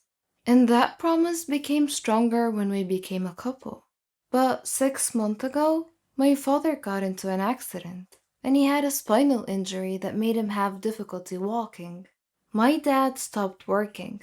I had to apply for a part-time job because my mom could not afford our daily expenses on her own. And due to that scenario, my college fund got in danger. College is expensive. That's why I'm helping my mom save up for it. I have 3 part-time jobs which make Marco and I hang out a lot less than we used to. We barely see each other anymore. He's too focused on his basketball games because he's at the crucial season of a make-or-break moment with his agents. This period is the decision-making phase for his basketball career, so he's working double time. Whenever we hang out to watch a movie, either he falls asleep halfway or I do. A few weeks before prom, Marco and I decided to go together and tell everyone that we're actually dating. After high school, no one would even care. Also, we're very positive that our parents would approve of us. One time while we were at dinner, he was holding my hand while we were discussing our future in college. Baby, have you decided what college you're gonna choose? I asked. He told me that he chose the most expensive college in his choices. And that got me upset. How can I go to that college? Even if I work twice as hard as I do now, I can never afford that one. That night, we had a fight. After that, our fights became more and more frequent. We rarely hang out, and when we did, we fought all the time. But I love him, and I know he's got a big game coming up. I don't want him to lose focus because of our fights, so I called him and said, "Okay, baby, good luck with your big game tomorrow." "Aw, I love you, baby. Go to the gym right now. I really miss you, and I want to meet you in our special place," he said. "There's an area at the gym where we always give each other a hug." I hurriedly went to the gym, but my mood was changed when I saw Mandy throwing herself at Marco again. I got so pissed. When I was near enough, I heard what she was asking Marco. "Can you be my prom date?" Marco was just trying to be nice, so he just smiled and said that he's not even sure if he would go to prom. "Of course he will," Mandy said. "I think I know what will change your mind." She tried to kiss him. Mandy tried kissing my boyfriend in front of me. I grabbed Mandy's hair, and a big cat fight started. "Get off of me, you loser," she said. People at the gym managed to stop us, but my blood was still boiling. I was not thinking clear. I was just so freaking mad that I gave Mandy a big, solid punch in the face, but she dodged, and my fist landed on Marco's face. Next thing I know, I was at the principal's office. I almost got expelled, but I got into detention instead, making me miss one of my part-time jobs. When I reported to my part-time job at the coffee shop, my boss got really angry at me because it was an opening and I should have been there. And so he fired me. I tried to ask for a second chance, but he just yelled at me, so I just left. I wanted to cry, but it would do me no good. I went home and I gave my mom a super tight hug. I did not notice that we had a visitor. Apparently, it's the lawyer of Marco's family, and they're filing a restraining order against me. Marco was still in the hospital because I broke his nose. His parents and agent were so angry because of what happened. He would miss his big game. Although I'm sure that there would be a lot of chances for Marco, a missed chance is still a missed chance. I felt so bad. I went to my room. It's the only place where I could talk to Marco and apologize. But Marco was not there. Maybe he's still in the hospital. I don't know. I fell asleep, and after a couple of hours, I got up, wrote a note, and as I looked at Marco's window, I saw that it was closed. Maybe his mother did put up a curtain or something. I tried calling him, but my number was blocked. I also got blocked from all his social media. 4 days before prom is Marco's birthday. I really would like to see him and be able to greet him, but I have a restraining order, so I cannot exactly just come near him. I don't want to get arrested. That is not gonna look good on my college application. There would be a big party at Marco's house, and I really want to see him and be able to greet him, so maybe I would just sneak into his room. The night came, and there were a lot of popular kids in Marco's house. I wore a black hoodie like a criminal, and so far, I was successful. Nobody has seen me yet. I was friends with one of their maids, and she let me sneak into the kitchen door, and while the people were getting crazy drunk, I slowly went into Marco's room and waited for him there. I was glad when I heard someone open the door, but I was shocked to see Mandy and Marco together. I'm not sure if he was drunk or drugged or whatever, but I'm sure that it was not the Marco that I know. Nonetheless, it hurt. And stupid me, I hid under his bed. While they were having their passionate moment, I was there. I heard everything. When the coast was finally clear, I snuck out of that house, went home, went straight to my room, and bawled my eyes out until I fell asleep. The next day, I decided to go to the gym to get some happy hormones pumping up. I'm not the type of person to sulk and whine around. Yes, I'm sad, but my life does not need to revolve around misery. I also figured that maybe the gym owner could give me a part-time job since I already lost mine. But then, when I arrived at the gym, two policemen approached me. The ones I was telling you about at the beginning of my story. They asked me a few questions about my whereabouts the night of Marco's birthday.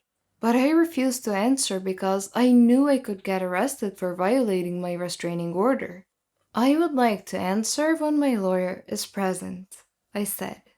The next day, my mother accompanied me with my cousin, who's a lawyer, and she helped me answer the questions where it would not compromise any legal issues whatsoever. I started wondering why I feel like they're making too much of a big deal out of this restraining order. But then I was struck to my very core to find out that Mandy was dead. Her body was found lifeless floating on the surface of Marco's pool. The mental images of Marco and Mandy together kept flashing through my head, so I unconsciously yelled, "Stop!" My lawyer said that they consider me as one of the suspects because few people, including the maid, testified that they saw me sneak into Marco's room that night despite the restraining order. But I didn't do anything, I swear. They advised me to stay inside our house and not go anywhere, even at school, as long as the case has not been sorted out. A few hours later, I was in my room, and I saw Marco opening his curtain, and he was signaling to me as if asking for help. Then I heard 3 gunshots. I saw blood on his window. "Marco!" I screamed in disbelief. I hurriedly went downstairs and I saw the police and an ambulance. I asked my mom what happened, but she was speechless about the scenario. I went outside and my mom was not able to stop me. I ran inside Marco's house where his parents saw me. The police tried to stop me, but his parents signaled to the police that it was okay. I tried to go into Marco's room. The moment he saw me, he gave me the biggest and tightest hug ever. I saw his agent dead, and the police carrying the body away from Marco's room. Marco was shaking. I waited for a couple of hours before we could talk. We were having coffee, both covered in blankets, outside at their porch, and he started telling me what happened. "Listen, I'm really sorry that I got with Mandy. I was drugged," he said. He told me that he figured out his agent was a double agent. That man was just trying to ruin his career because he's actually the agent and the father of the basketball superstar of our rival school. His agent accidentally killed Mandy when she did not agree with the plan of blackmailing Marco with his private pictures. Mandy destroyed her phone where the scandal was, and the agent started strangling Mandy till they fell into the pool. She didn't know how to swim, and the agent just left her there to drown. I felt so bad about what happened to Mandy. But on the bright side, the agent paid with his own life. Marco figured it all out because he would not let me go to jail. When the agent knew that Marco already knew the truth, he pulled out a gun. But Marco was able to alert his parents to call the police. Marco also explained to his parents that I'm his girlfriend and not a crazy stalker. We're just hiding it because we don't want anyone to get upset given what's at stake about his career. His mother apologized to me and asked if we could leave the past behind. And all I said back was, "Of course." The following night, we all had dinner together. Marco's family, my family, just like old times, and they officially accepted me as his girlfriend. Also, they've legally lifted the restraining order. Prom night came. Marco and I had the time of our lives. He introduced me to his friends and teammates as his girlfriend, and that made me so happy. We danced all night and made sure that we created great last high school memories. We ended the night passionately. Well, you know what happens during prom nights. And I do not have a single regret about giving it to Marco. The next day, we went to our favorite coffee shop, and we had a long talk. We decided to break up.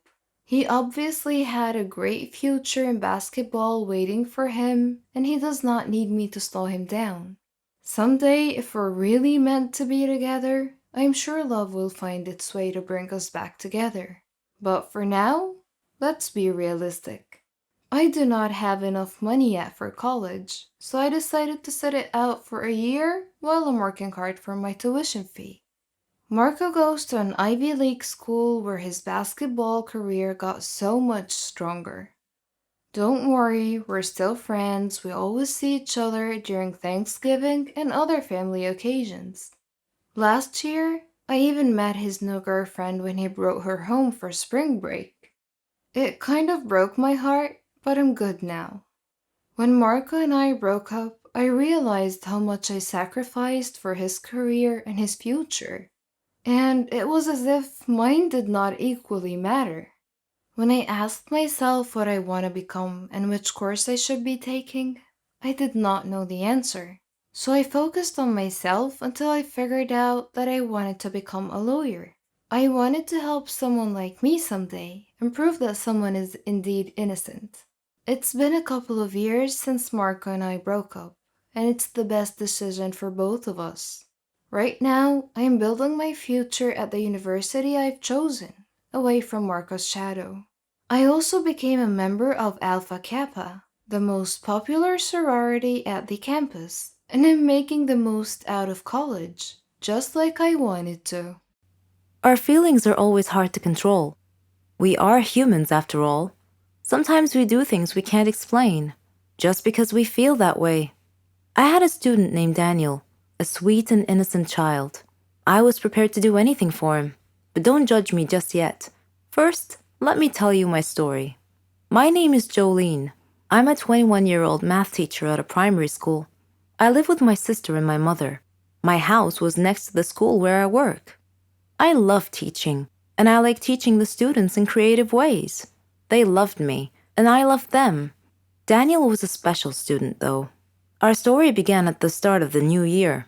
It was the first day of school. I missed all my students over the summer break. I missed them so much that I stood by the door to welcome them back. Before I started my first lesson, Mr. Smith, the student affairs officer, knocked on the class door, with Daniel hiding behind his back. Mr. Smith greeted the class and asked them to greet Daniel, but Daniel was too shy and didn't move. So I went over to him to take him by the hand, but he pulled his hand away, which embarrassed Mr. Smith. I asked him to greet his classmates, so he went and he stood in front of the class and he said, "Hello, I am Daniel." Then he went and he sat at the very back of the class. He didn't talk much with the other kids. He didn't like to interact with anyone. Daniel always looked sad, and I thought to myself, he's only 8. What could possibly have made him that way? I tried to get close to him, but he resisted all my efforts. Sometimes he looked like he was hiding some big secret, and later on, I learned what it was. One night, when I was surfing the social media, I came across a horrible news story about a jealous husband killing his wife and another man right in front of his son. The child had been none other than my new student Daniel. Reading that sad story, I started understanding why Daniel was acting that way. I decided to try brightening his life a little. Every day, I would buy a small present and put it on his desk. At first, it had no effect, but slowly he came to love that. During break time, I would sit beside him, and we would share food together. I would get him involved in class activities. On his birthday, I arranged a surprise party with his class, his grandmother, and myself. He was so happy that day. After the party, he hugged me and he told me that he loved me. I hugged him tightly. He was not just a student to me. I treated him like he was my own son. He told me that he wanted to call me mother, and that made me so happy. After his grandmother died, he came to live with me. We faced a lot of problems together, but I followed his success in life with pride. Daniel is all grown up now. He's graduating from the Faculty of Engineering. I am so proud of what he has made of himself. I am addicted to food. I suffer a lot. I need help. I've tried to give up, but I fail every time. Hamburgers. Who can give up eating hamburgers, especially with barbecue sauce? I didn't mind this kind of addiction, but I'm getting ahead of myself. Let me begin by introducing myself. I am Patricia, 15 years old, living with my parents and my brother. I lead a quiet life. No interests, no hobbies, except for eating, that is. Food is my faithful friend. It never leaves me. It is my partner, my soulmate. But having food as your soulmate has insidious side effects. A dark side, if you will. It denies me a healthy life, robs me of the energy to play, and causes me to sleep excessively. I would much rather stay at home with a bag of potato chips than go out and exercise. My soulmate ultimately betrayed me, though, last Thanksgiving at my granny's home. She lives in a state nearby. Granny was a clever doctor and an excellent cook at that. She could conjure up something really delicious. On that day, she had prepared barbecue turkey with nuts and other secret recipe ingredients. The taste was so great, as if it had descended from heaven itself. I felt like I was fighting a food war, and I had to win at all costs. I ate and ate and ate. I don't know why, but I just couldn't control myself. I attacked that turkey like it was the last on the planet. But every culinary war with a worthy adversary, such as the barbecued turkey, has its own unique type of casualties. Suddenly, I found myself unable to breathe. I fell to my knees and passed out. The turkey had won. I woke up later in the hospital, though, still clinging to an unfinished turkey leg. The doctor told me that I was gaining way too much weight. He said that I should be put on a diet. Diet? Man, how I hated that word. It hung over my head like the sword of Damocles. It meant depriving me of my passion, my reason for living. I considered eating vegetables in small amounts to be the worst form of cruel and unusual punishment, the worst form of torture imaginable. Imagine thinking of a wonderful, greasy, cheese-laden pizza with all the toppings and then suddenly opening your eyes to find a healthy green salad bowl. But I had reached a turning point in life. One day, my brother was playing on the street, while I was sitting at home gazing longingly at a tempting piece of cheesecake, just sitting there, taunting, daring me to eat it. I struggled mightily to resist the urge, but in the end I succumbed and wolfed it down like a starving animal. Shortly afterwards, I began feeling dizzy, but I was unable to call for help this time, and then I passed out again. I was taken to the hospital. While lying in the hospital bed, half conscious, I overheard the doctor say to someone, "She needs to stop eating or it will be the death of her." I thought to myself, whoa, death? So I made up my mind right then, right there. I resolved to fight a new war, a war against my appetite. On our way back home, I told my father that I wanted to see a nutritionist. He was delighted to hear that. Later, at the clinic, the doctor welcomed us in. She told me how to overcome my eating fetish. She gave me a strict diet regimen with a schedule full of healthy meals. I kept telling myself that winning this war was possible. I simply had to be patient and persevere. I stuck to the strict diet and did some physical workouts. My parents supported me wholeheartedly. I was enthusiastic. I can totally do this. A week passed quickly, and I eagerly visited the doctor to receive some good news. When the doctor weighed me and told me that my weight hadn't changed at all, I was crestfallen. She looked at me and asked me, how was this possible? I told her I didn't know, because I was following her diet thoroughly, though it did require a tremendous effort on my part. Another week passed, and again I went to the doctor. The results were the same. She said to me, "Patricia, are you sure you're following the diet I prescribed for you?"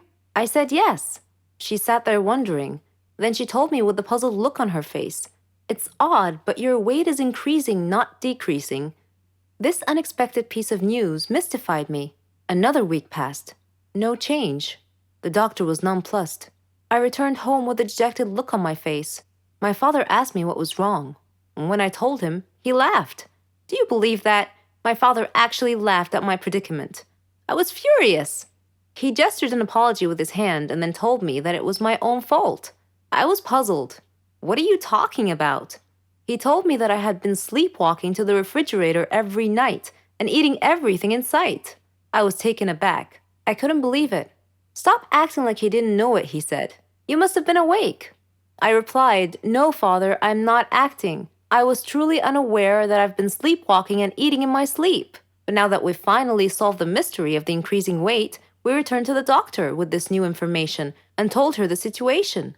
She laughed and told me that my discipline had denied my body the food it craved, but my brain had refused to cooperate and had overridden my will by urging me to eat in a subconscious state. She told me not to worry, though, that she could treat that. Armed with this knowledge and her support, and the support of my family, I felt that I could finally win this war. How I found out that I was adopted was both odd and dramatic. Odd because I found out in a hotel room while the plumbing at home was being fixed. Dramatic because, well, finding out the parents you've known for 14 years weren't really your parents, tears were bound to ensue.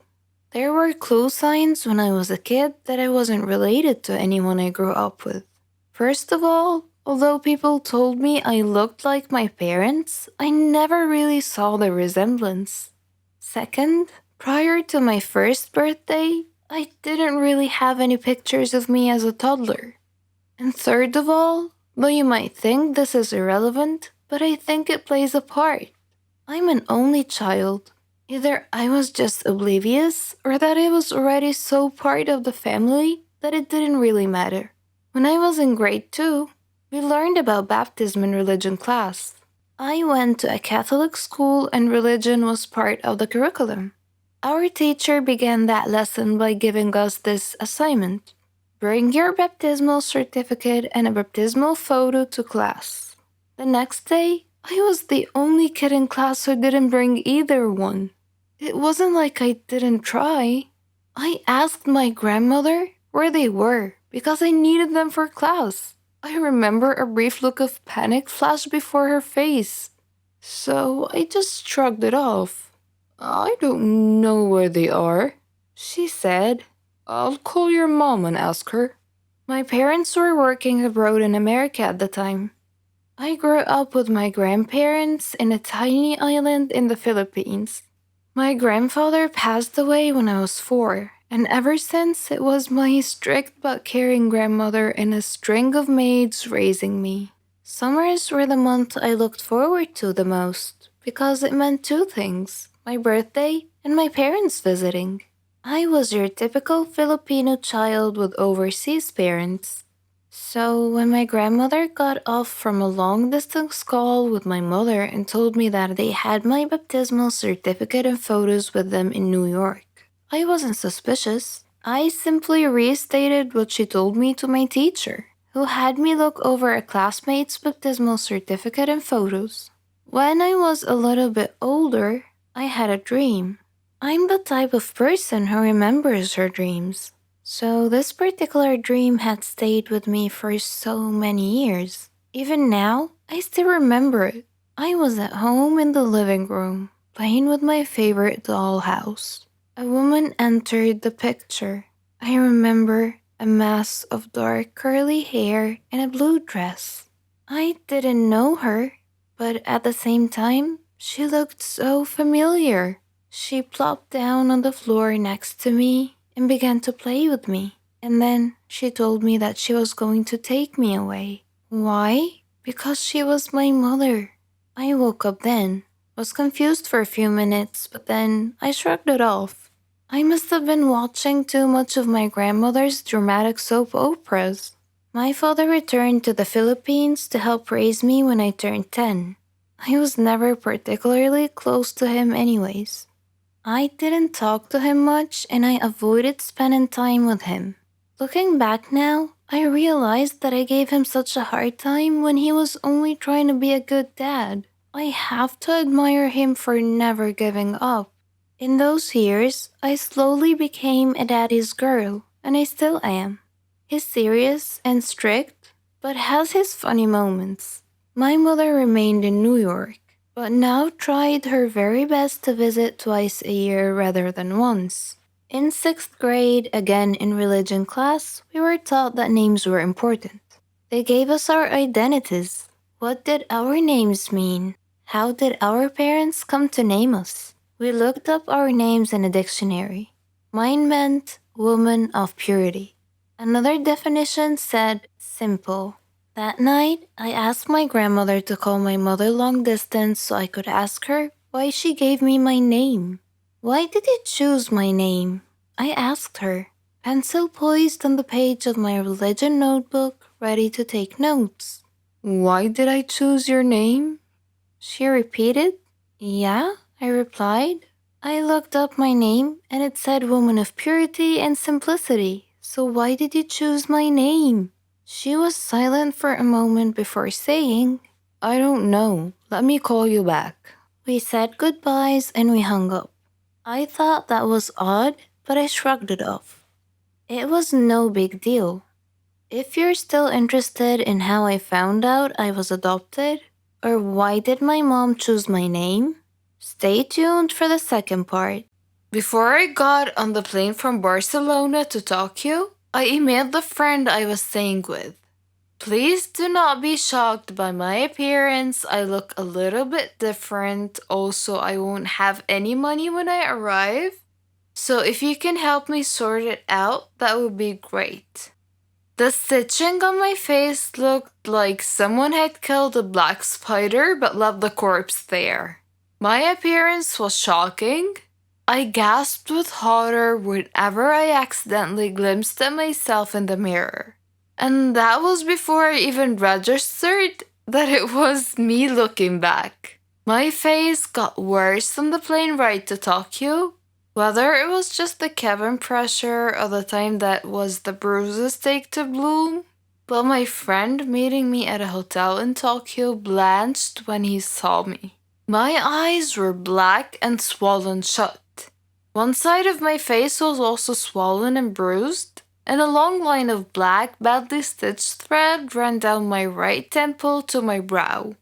I had been assaulted and robbed in Barcelona a few days before, which resulted in 2 black eyes, a swollen jaw, and a fractured skull, now dented and stitched together by an exhausted intern who would never win a prize for the neatness of his craft work.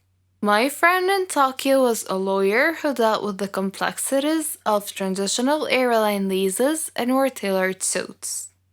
We made an odd-looking couple as we went from bank to bank with my passport, trying to get money out or get money wired or just access it somehow.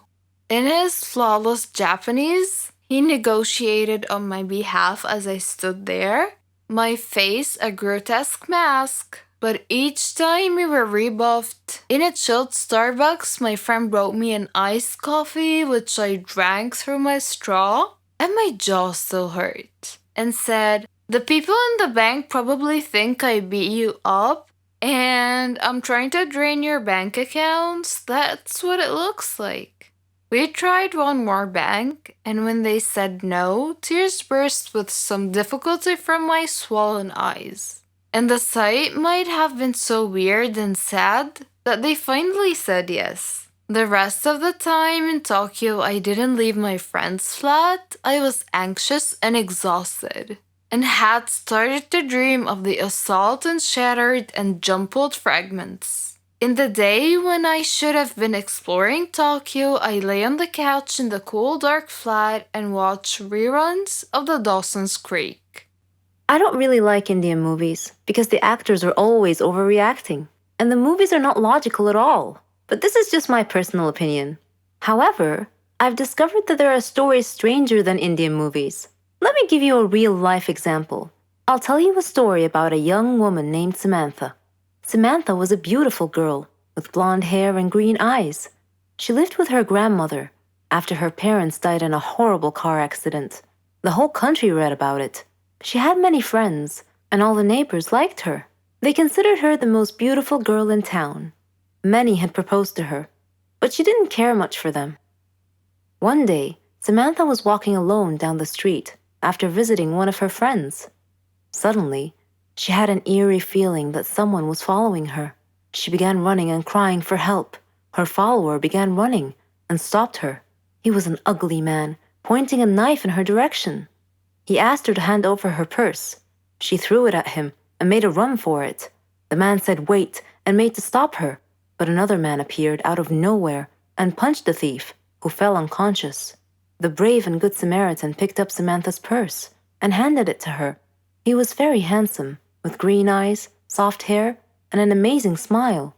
He escorted her back home, and she felt that he was her knight in shining armor. She went inside and hugged her grandmother tight, who was a little surprised but smiled. Samantha was so happy that she gently pulled her grandmother to her feet, and they whirled around and danced playfully. The very next day, she was surprised when she answered the doorbell. Steve, the tall, handsome man, was standing there, holding flowers. He proposed to her, and she said yes. Thus began their love story. Then one day, Samantha was standing in the kitchen preparing dinner. Steve and her grandmother were out, but they were supposed to be back soon. Samantha had everything ready, and she set the table. The house door opened, and Steve walked in.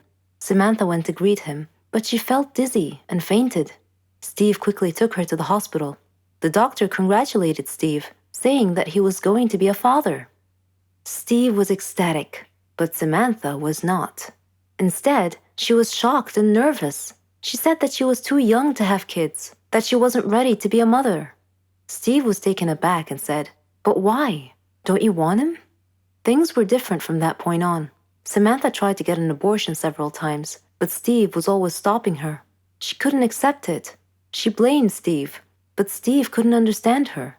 In her 7th month of pregnancy, Samantha was with her grandmother at the supermarket when she saw a small boy run onto the road.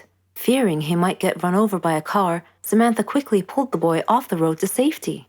The boy's mother saw what happened and thanked Samantha, feeling so grateful and relieved. Samantha was crying at the moment and replied, "No need to thank me. I'm going to be a mother like you soon." For the first time, she was beginning to feel real affection for the baby. "Forgive me," she silently thought to herself. She tried to contact Steve many times to tell him that she had finally accepted. She was ready to become a mother, but he never responded. Finally, the day had come. Samantha went to the hospital to give birth. After the surgery, she was very tired. Nevertheless, when she woke up, she immediately asked for the baby. Her grandmother handed her the child. It was a daughter, and she was so beautiful. The nurse tried to take the baby out of her arms, but Samantha refused, wanting to hold her for as long as she could. The next day, Samantha heard a big commotion, and she had a feeling of dread that something bad had just happened. It was confirmed when she saw her grandmother's face. She asked what had happened, and her grandmother told her that a child was missing and had apparently been kidnapped. Samantha's pale face slowly pleaded, "Please don't tell me that it was my daughter." When her grandmother nodded, Samantha broke down and began crying and wailing in pain. The nurses tried to calm her down, and when she did, her grandmother came over to her and handed her a note. It had been found in her missing daughter's hospital crib. It was in Steve's handwriting. It simply said, "If you don't want her, I do." Then Samantha fainted. For many years, she tried finding her baby, but couldn't. Steve and her daughter had vanished into thin air. She felt as if time had stopped for her, but Steve didn't feel that way. He raised their daughter into a beautiful young woman. He named her Margot. Whenever Margot asked about her mother, Steve would always tell her that her mother was dead, but he often told her stories about her mother and how much he had loved her. Margot's intuition, however, told her that her father wasn't being completely honest with her and that he was hiding some big dark secret. One day, Steve fell ill unexpectedly. He called Margot to him and told her that he was very sick and felt that he was going to die soon. He said that he wanted to reveal a secret that he had long kept from her, that her mother was actually alive, and that her name was Samantha. He told her that he had kidnapped her from the hospital at birth because her mother did not want a child. He regretted it and asked Margot to forgive him. He gave her Samantha's address, and soon after, he died. After his death, Margot decided to go looking for her mother. I am Margot, and I am now standing at my mother's address. At her front door, I cannot predict my mother's reaction when she answers the door and I introduce myself as her daughter, but I'm going to hug her and tell her that I've missed her for so long. One nice thing about success is seeing all your friends and family being so proud of you and your accomplishments. This mutual respect and appreciation is what real friendship is all about. My story is about success and friendship, and also when two friends become incompatible and no longer go hand in hand. My name is Sherry, and I'm 21 years old. I had a friend named Margot. She wasn't just my friend, she was my best friend, my sister. She meant the world to me. We were alike in so many ways, even in our hobbies, our dreams.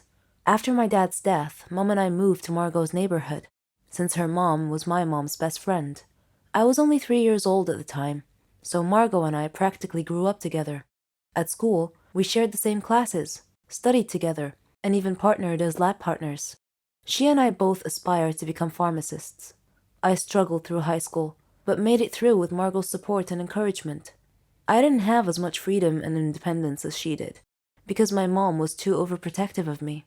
It was at this point that my story really began. When I decided to join the Faculty of Pharmacy, Margot asked me why I chose that major, and I told her that my dad had died of a malignant disease that had no cure, so it was my dream to find a cure for it, to save lives. I studied hard and successfully enrolled in the Faculty of Pharmacy. Margot was very happy for me, and she promised to keep me focused on discovering that cure for Dad's fatal disease that I so passionately sought. I asked her to stay by my side the whole time, and she was happy to do so. The Faculty of Pharmacy was located abroad, so outside my country. I would be independent, free of Mom's smothering control. Frankly, I looked forward to it. Margot and I found a place to stay near the faculty, at a youth hostel with a group of girls from different countries. Unlike me, Margot was able to easily make friends with them. Our studies weren't easy at first, but we worked hard and muddled through. I was so excited to delve into my research and learn as much as I could. I queried instructors and doctors constantly to expand my knowledge. This was my beginning, and Margot stood by me the whole time. Eventually, we graduated from the faculty and launched our careers. I started at one pharmaceutical company, while she started at another. We were now competitors of a sort. In preparation for my private research, I rented a flat near my company. Margot did the same near hers. She was always asking me how my research was going. She knew I was trying to develop an antibiotic to cure Dad's deadly disease. It wasn't easy, though, because the body's immune system attacked the antibiotic and destroyed it before it could destroy the diseased cells. I had to discover a neutral substance that the immune system wouldn't attack, so that the drug could penetrate into the body far enough to find and destroy the diseased cells via chemical interactions. My first research paper was rejected, but I kept trying, and with each attempt, I would discover something new. During that time, Margot was also busy with her work. One day, she called me. She was crying because she had been fired from her work. They accused her of stealing an important research. I told her that she was so proficient in her work that she should not be sad, but rather should try and get a job at my company. I told her that I would recommend her to my manager.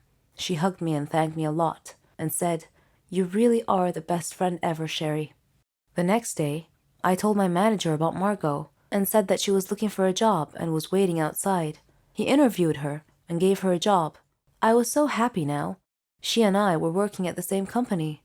Margot continued asking me about my research, and I gave her occasional updates. I was hesitant to tell her too much, but then again, she was my best friend after all, so I invited her to my home to tell her about my research. Margot wasn't as happy as I thought she would be to hear about my progress, but I figured that was because of her recent firing. My personal research took all my time. It was even more important than my work. One day, when I reported to work, my manager told me that they didn't need me anymore, that I was being let go, fired. I was shocked and asked why. He said that I was spending too much time at home doing my private research and too little time at work. He told me he had had several letters delivered to my home, instructing me to come back to work, and that I hadn't answered him, and that I had failed to come back to work. He told me that my roommate, Margot, had received the letters on my behalf, and had promised to deliver them to me. I was shocked. I told him that she never said anything. Returning home, I confronted Margot and asked why she didn't deliver my boss's letters to me. She acted so apologetic and said that she had received the letters, but she had been so busy that she put them aside and forgotten about them. I forgave her, but I felt that she wasn't being completely honest with me. I brushed it off and told her that being fired would simply free up my time so I could spend more time on my private research. Days later, Margot called me and asked me to come celebrate with her. When I asked her what the occasion was, she said that she had gotten a promotion and taken my place at work, my former job. I was happy for her, but at the same time, I felt that there was something wrong with these circumstances, and that feeling seemed to be growing. Time passed, and my experiments finally met with success. I had succeeded in finding the drug that could destroy the diseased cells. I was over the moon. Dad would have been so proud of me. I called Margot and told her about my discovery, and she said, "Oh, Sherry, you did it! You discovered the cure!" I told her that I planned to present my research to another pharmaceutical company soon, one that was better than my previous one, the one that had fired me. She acted happy for me, but had a strange look on her face. Then I felt sleepy, and I said goodnight. She said she would be staying up for a while, so I just went to sleep. When I woke up the next morning, I found my research area in shambles, and my research data was missing. I woke Margot up and told her that someone had stolen my research last night. She said that's not possible. Who else knew about your research besides you and me? And I said, maybe it was my former manager. Maybe he had somehow guessed that I had made a breakthrough. I don't know. I called the police and reported the break-in and theft of my research data, but they couldn't find any evidence as to who the culprit might be. I returned to my home country disappointed and dejected. I got another job at a company near my house. Many months had passed. I wasn't in touch with Margot anymore. We kinda lost contact somewhere along the way. Then, one day, Mom was watching TV when she suddenly saw a program that was going to discuss a new drug that would treat and cure Dad's malignant disease. They were going to interview the discoverer of the miracle cure. I sat down enthralled. I had to watch it. When the interviewer introduced the guest speaker, it was Margot. I couldn't believe my eyes. It was her. She stole my research. My so-called best friend betrayed me, and I had treated her like a sister. It cut me deep. I took legal actions against her and got my research back and received credit for finding the cure, so that was all okay. But the one thing that could never be fixed, for which there was no cure, was the former relationship between us. She had stabbed me in the back and destroyed my faith in humanity, and I don't think I could ever find a cure for that. Let me be honest with you guys. I'm not a fan of first dates. I've only had a couple of good first dates, others are plain disasters. However, from time to time, I like to get on Tinder and swipe between pictures. Tinder dates always turn into funny stories, sometimes even spooky ones. My guy best friend Ryan and I decided to go on a few Tinder dates just for the fun of it. Before we went out, we would always agree on a safe word, and that word was hot dog.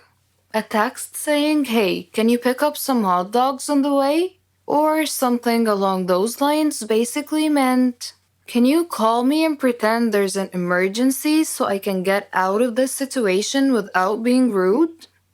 We had a lot of safe words meaning different things, and had an unspoken rule that every time we were on a date, we would let the other person know. I met this guy called Brandon on the application. We had a few good chats and decided to go out for brunch. I called Ryan and I let him know that I'll be having brunch with this Brandon guy. I'm not a supermodel, but I'm a bit too picky when it comes to first date outfits. I dived into my closet and decided to wear a bright pink off-shoulders blouse and a tiny little white skirt. And of course, my signature mermaid hue high heels. Brandon texted me saying he knows of a nice Italian restaurant. Despite the fact that we were going out for brunch, I somehow agreed to Italian. The guy comes to pick me up for our brunch date. He looks nice with lots of black on. He says he needs to make a stop along the way. I couldn't really seem to disagree. I mean, he clearly forgot to buy me flowers. So I say it's fine and he can make a stop along the way.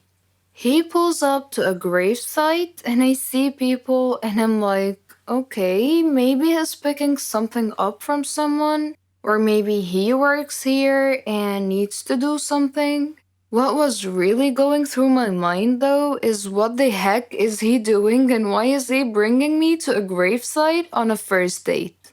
I just waited in the car, especially since there's mourning people nearby and I'm wearing a bright pink outfit. He gets out of the car and opens up the passenger side door.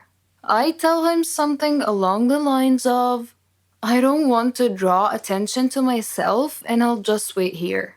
And he says something along the lines of, don't worry, you look great. They will love you. Despite my pink outfit and my high heels, Brandon was very well built. He was very tall and had broad shoulders. One could easily tell that he is into martial arts. So I wasn't very worried about my safety. However, I was really worried about his mental health. I'm not even kidding. I was so very curious about what on earth were we doing there at 10 a.m. on a first date. And who is they, as in, they love you. Okay, so the next part is a bit hard to define whether it was creepy, surreal, or a prank show. It was his mother's funeral. I stood next to a group of weeping people watching as my date's mother was lowered into the ground. Needless to say, it was really, really awkward, especially since he kept trying to hold my hand and nuzzle me for comfort. It's a first date, for God's sake. I waited for the service to be over, as I didn't want to be rude to the grieving people or to the dead woman. And then I texted Ryan, hot dog. So Ryan called me and pretended to be my landlord and told me that my apartment was flooded. I quickly apologized to Brandon and called an Uber. While I was waiting for my Uber to arrive, Brandon kept on holding my hand and literally begging me to stay a little bit longer. He also said we could still go out for brunch, but I politely said we could reschedule for another time. I think his cousins or something were standing too close. He told them that we've been dating for a few weeks and they should talk me into staying. I was so glad that my Uber finally arrived. I hopped inside the car like a freaking ninja. I called Ryan and asked him to come over. We stayed together, and honestly, I've never laughed as much as Ryan made me laugh that night. And guess what? Ryan and I realized we were actually in love a few weeks later. We gave up online dating and we've been together ever since. There are different kinds of pranks. Some are funny, some are boring, and some have serious consequences. My small innocent prank turned into a horror movie. Let me tell you why. My name is Anita, and I'm 14 years old. I live with my parents and my brother Victor. Victor is 3 years younger than me. We are also close friends. I love reading, writing stories, and most of all, playing pranks on people. I just love to do it. Victor was the cowardly sort, afraid of his own shadow, so I always played pranks on him.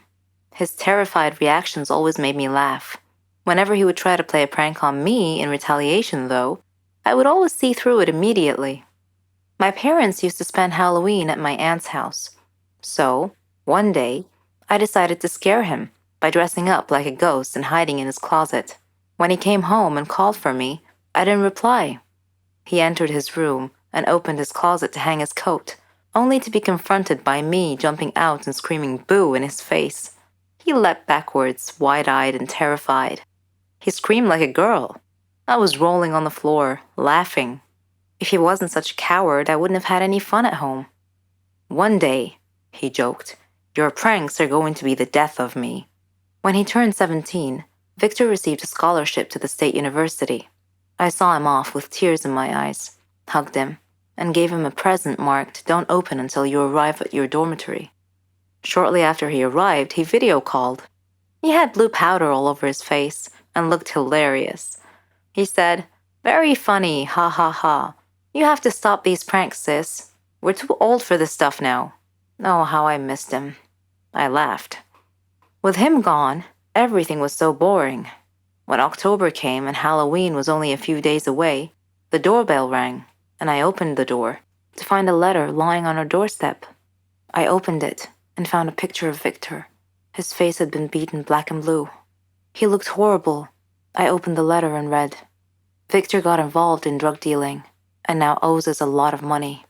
If you don't pay off his debt as soon as possible, we will kill him, and you too.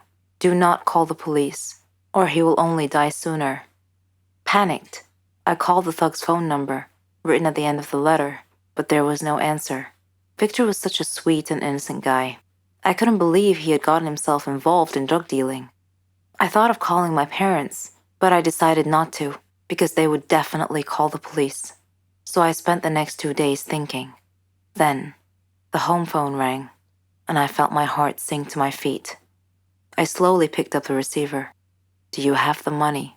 The caller asked in a cold voice. I need more time. I don't have that much money, I pleaded. The voice replied, You seem to think we are joking. Okay. The next photo we send you will be that of your brother's dead body. He said that. Then he hung up the phone.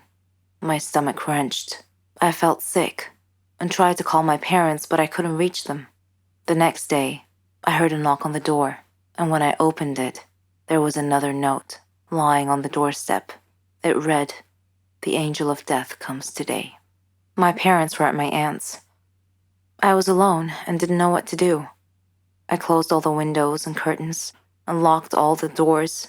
I turned off the lights. At the stroke of midnight, I heard a noise outside my house. I peeked out a window and saw a man, all in black, in my front yard. He was walking towards the back of the house. Shortly after that, I heard the back door open. I ran and hid myself in the closet. Eventually, I heard my bedroom door open slowly. I heard footsteps walking around my room, as if the intruder were searching for me. Suddenly, my closet door opened. I panicked, pushed the masked intruder, and dashed out of my room and down the hall to the dining room. Victor's decapitated head was on the table. Oh my God. My last thought before I fainted was that if the drug dealers were going to kill me too, just as they promised. Goodbye, life, I thought. When I woke up, I saw my parents and Victor, dressed in black. They all began laughing hysterically. Angry, I snapped. What's going on? Why are you all laughing? This isn't funny.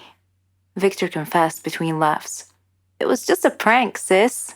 And you should have seen the look on your face when I opened the closet door. From that day on, I never played pranks on anyone ever again. Oh my goodness, what have I done? I woke up beside a famous pop star, and do you know what the first thing that came into my mind? My best friend is going to kill me. I know you're probably wondering, so I'll just start telling the story. My name is Ella, and I'm a daycare teacher. I teach kids 4 to 5 years old, and I love my job. I don't have a family because I grew up in an orphanage, and being surrounded by kids makes me feel so happy and alive. I do have a best friend though. Her name is Rachel. She's the only family I have. I'm lucky because her family treats me as their own. But one day, something happened that ruined our friendship. I was so devastated. Do you believe that people do not remember what they're doing when they're drunk? Yeah, I don't believe that either. I think that you still have at least some control even if you're drunk. But I guess I was wrong. It all happened at the birthday party of my best friend Rachel. Rachel is obsessed with her childhood friend who turned into a famous pop star, Daniel. She wanted to celebrate her birthday at his lake house 2 hours away from the city. And I do not think it is a good idea. Maybe because I'm not really a party person and I prefer intimate gatherings. Also, I know her motivation is backwards. She wanted to use Daniel's lake house because she's got this idea that when he finally arrives at 12 midnight, she would confess her feelings for him. And she actually thinks that he'll feel the same way about her. and then they will have a happily ever after. Don't get me wrong, I want her to be happy, and I don't know why I do not like that idea. Maybe I'm just afraid that I will be left alone when that happens. Or maybe I just don't want to see her making a fool of herself. But anyways, I decided to support, like always. On the day of the party, we had a few friends come over. There was dancing, drinking, party games, and so on. I'm glad everyone was having a really great time. I looked for Rachel because she was nowhere to be found. And then I found her in one of the rooms where she is staring at a beautiful royal blue dress that she said she'll be wearing at midnight. For what? For her special moment with Danielle, of course. I'm not gonna deny it, I wanted to roll my eyes, but I love her too much. I really don't want her to get hurt. I asked Rachel to come out of the room and join the people who came all the way from the city just to celebrate with her. I'm keeping everything in order, I don't want anything to go wrong. And I'm also wishing for Daniel to come here early so that Rachel's wish would finally come true.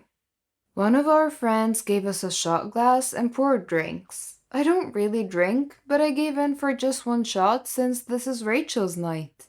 And that is the last thing I remember. I heard Rachel's voice saying, "One shot and she's out." Well, yeah, that is me. Next thing I know, I woke up beside the famous pop star, Daniel, in his bed. And the weirdest thing for me is, I was wearing Rachel's blue dress. I woke Daniel up and asked him immediately, "What happened?" He stood up, put on his shirt, and opened the curtain for some light, then sat down on the couch and said, "Oh, you really do not remember?" I really do not have any idea what is going on. I asked him if he knows where my phone is. All I wanted to do was call Rachel to ask if she has any idea what happened and why the heck am I wearing her dress? And how come I'm in the city? Daniel started narrating what happened, and I couldn't believe the craziness that took place last night. He said that he arrived at 12 midnight very quietly. He did not enter the front door because he did not want to attract a lot of attention. He said that the party was fun as it was anyway. Then he immediately went to his room to freshen up so he could join the party and look for Rachel. But that was when he saw me. We've never really met before, and at first he thought that I was Rachel. But then I introduced myself and very drunkenly said, "Hey you, Rachel is waiting for you. She's sad you didn't come." Then he just laughed. I just had a shower and I was having a hard time zipping my dress up, so I asked him, "Can you zip me up?" And so he did. And then he said I jumped out of the window because I was narrating some children's storybook and I claimed that I could fly. He followed me and saw me unconscious. My head was bleeding, so without getting too much attention, he brought me into his pickup car and decided to drive me to the hospital. While on the way, he was hoping that my head injury was not serious. When we finally arrived at the hospital, the staff got me into a stretcher and they quickly gave me anesthesia and stitches. After a briefly short while, I woke up and I asked where the party was. I guess I was still high with the meds. They said I removed my IV and I ran outside the hospital. Daniel says he called someone to settle the bill because he needed to follow me right away. He went outside to look for me, then he saw me dancing in the middle of the street causing cars to stop and got freaked out. Daniel carried me and brought me into the side street, and then I complained that I was so hungry and thirsty. He drove me to the nearest convenience store to buy me some water, and as he was getting water and food for me, I opened almost all of the chips and cookies in the stall and ate them. He apologized to the owner of the store and paid for all of the damages, and then he lost sight of me again. But to his horror, he saw me dancing at the top of a police car. "Ella, come down now." he said in a panic mode. He was able to get me down, but I started throwing stones everywhere while laughing. I don't know why I acted that way, but the way he told the story, it seemed like I was being really crazy. Then he said I threw a stone at the window of a police car, which the police eventually saw. Daniel came to the rescue and apologized. He also promised to settle everything. The police recognized him and they requested a selfie. Good thing that he has so many fans. But then, one unfortunate thing happened. I threw up directly at the police officer's uniform. Daniel grabbed me and drove away as fast as he could. He checked if we were being chased by the police car or not, and he was able to breathe when he realized that they did not follow us. Then I told him that I want to throw up again. He stopped at a nice spot and helped me while I was throwing all of my internal organs out. Then he took care of me. He gave me some water and a tablet for the hangover. He asked if I was doing okay. I said, I want to lie down. At almost 2 a.m., we were lying down at the back of his pickup car. We were watching the stars and talking about each and everything. He said that I was still drunk at this point, but I was beginning to sober up. He told me how I kept on asking him about his love life and making him admit that he's a womanizer. I don't really remember that part, although I kind of remember the stars in the wind. Or maybe it's the stars in my head right now because it kind of still hurts. And so I asked, how did we end up here in the city? You said you wanted to sleep in a comfortable bed. That's how, he said. He explained that he tried to drive me back to the lake house so he could explain to Rachel and the rest of my friends what happened to me. But then there was a car accident on the way back, so he just decided to go back to the city and put me in his bed. I said thank you and I apologized for all the trouble I've caused him. I told him that, please know that the drunk me is not the real me. My only life is my kids, and I'm happy living like that. Kids? Do you have kids? Are you married? I said no and no. I'm not married, and I do not have kids. The kids I'm referring to are my students. And to my surprise, he let out a huge sigh. Then he said that he should be the one to thank me because he had so much fun. It was such a long time since he had a break, and our night was very interesting to him. I freshened up and I asked him to help me get out of the building because I have a lot of things to settle. There were a lot of people outside his condo building because the news broke that Daniel went home with a girl, and it was such a scandal. Good thing is, his security team helped me get out of the building without anyone noticing me. I went home and Daniel asked some people to get my things from his lake house. After a few hours, I got my phone back. I tried to call Rachel again and again, but she didn't answer.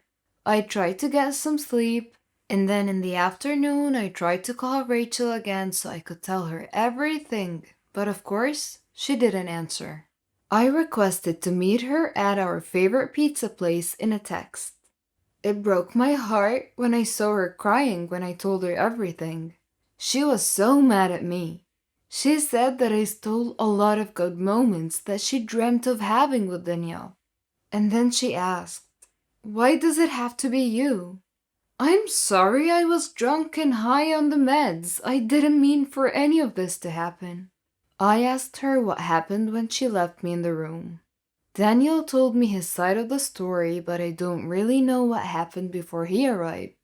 Rachel said she left me in the room because I said I would like to take a shower. I insisted to be left alone because no one was attending the guests. And that must be the time when Danielle saw me dressing up. I was so sad because he didn't come to my party. And I was looking for you because I needed someone to talk to, but you were nowhere to be found, she said. Now Rachel knows that he came, but he took the wrong princess. I apologized again and again, and I tried to make it clear that what happened was not my intention. But Rachel was really angry with me. She even told me, "I don't want to see your face again, you traitor!"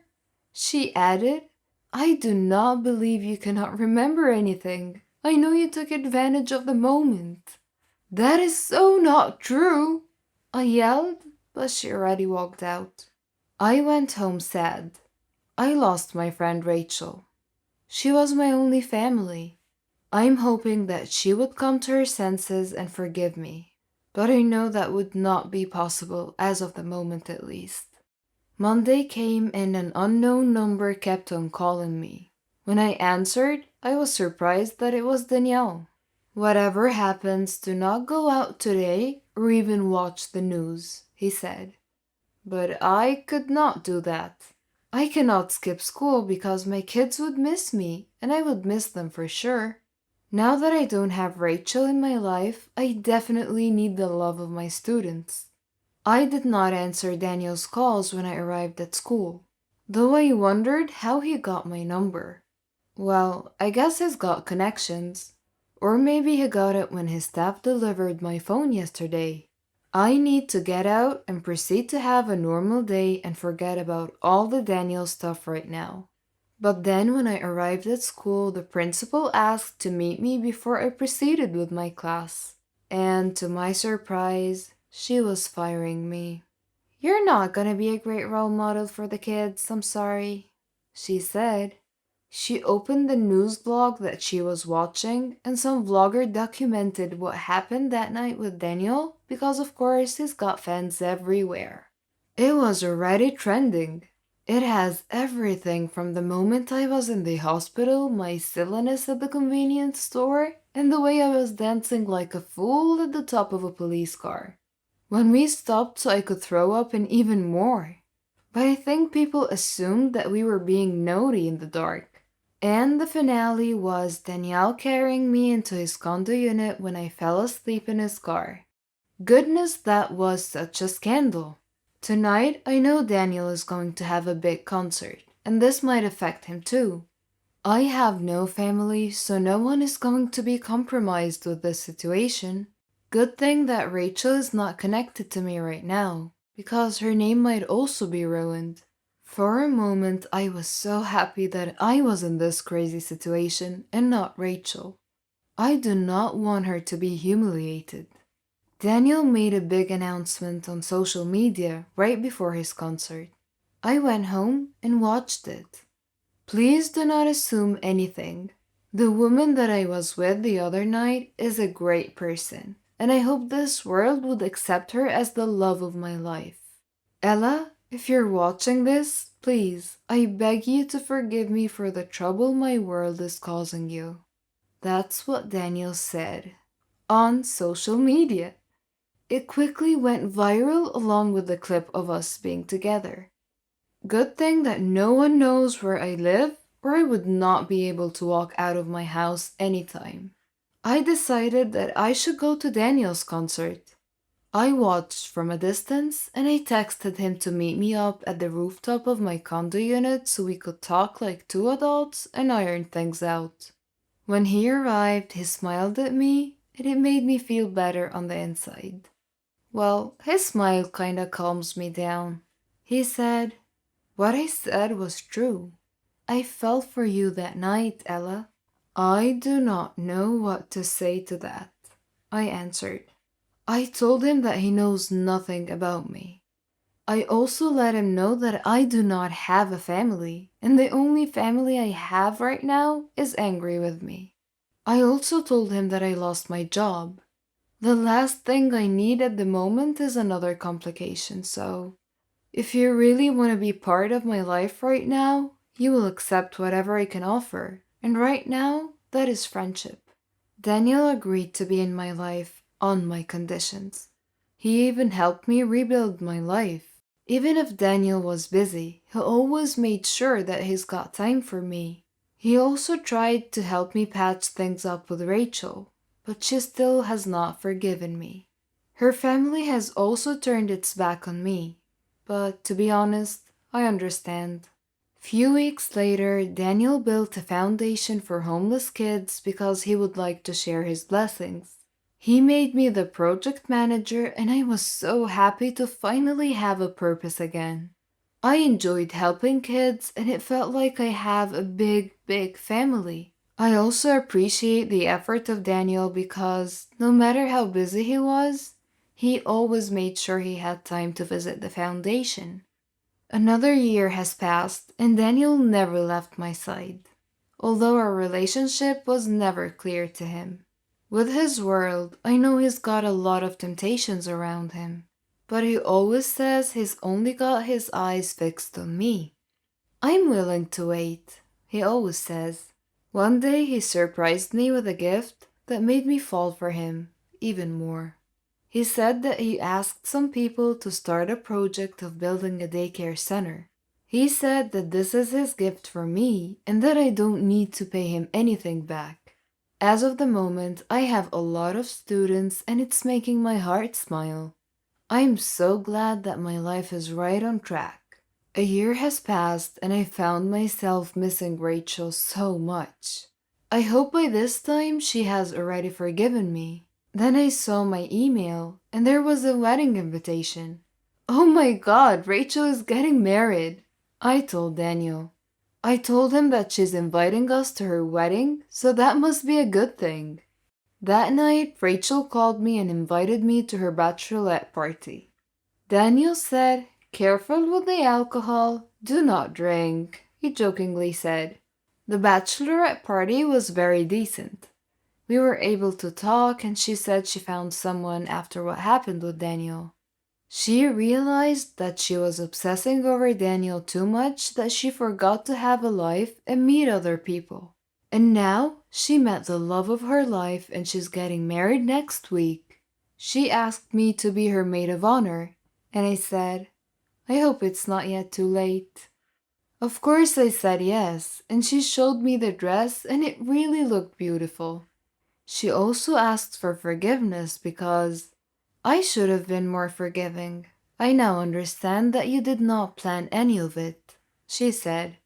She also said that if that did not happen, then she wouldn't have met her husband-to-be. I'm so happy for Rachel. She's finally gonna have her happily ever after. On the day of the wedding, I had Daniel as my date. He gladly offered to sing at the wedding reception. When the other band was playing, he asked me to dance with him. And then he asked me $1,000,000 question. Ella, will you be my girlfriend? He asked. If I say yes, will you get me a drink? I jokingly said. We laughed so hard, and then we shared a tight hug.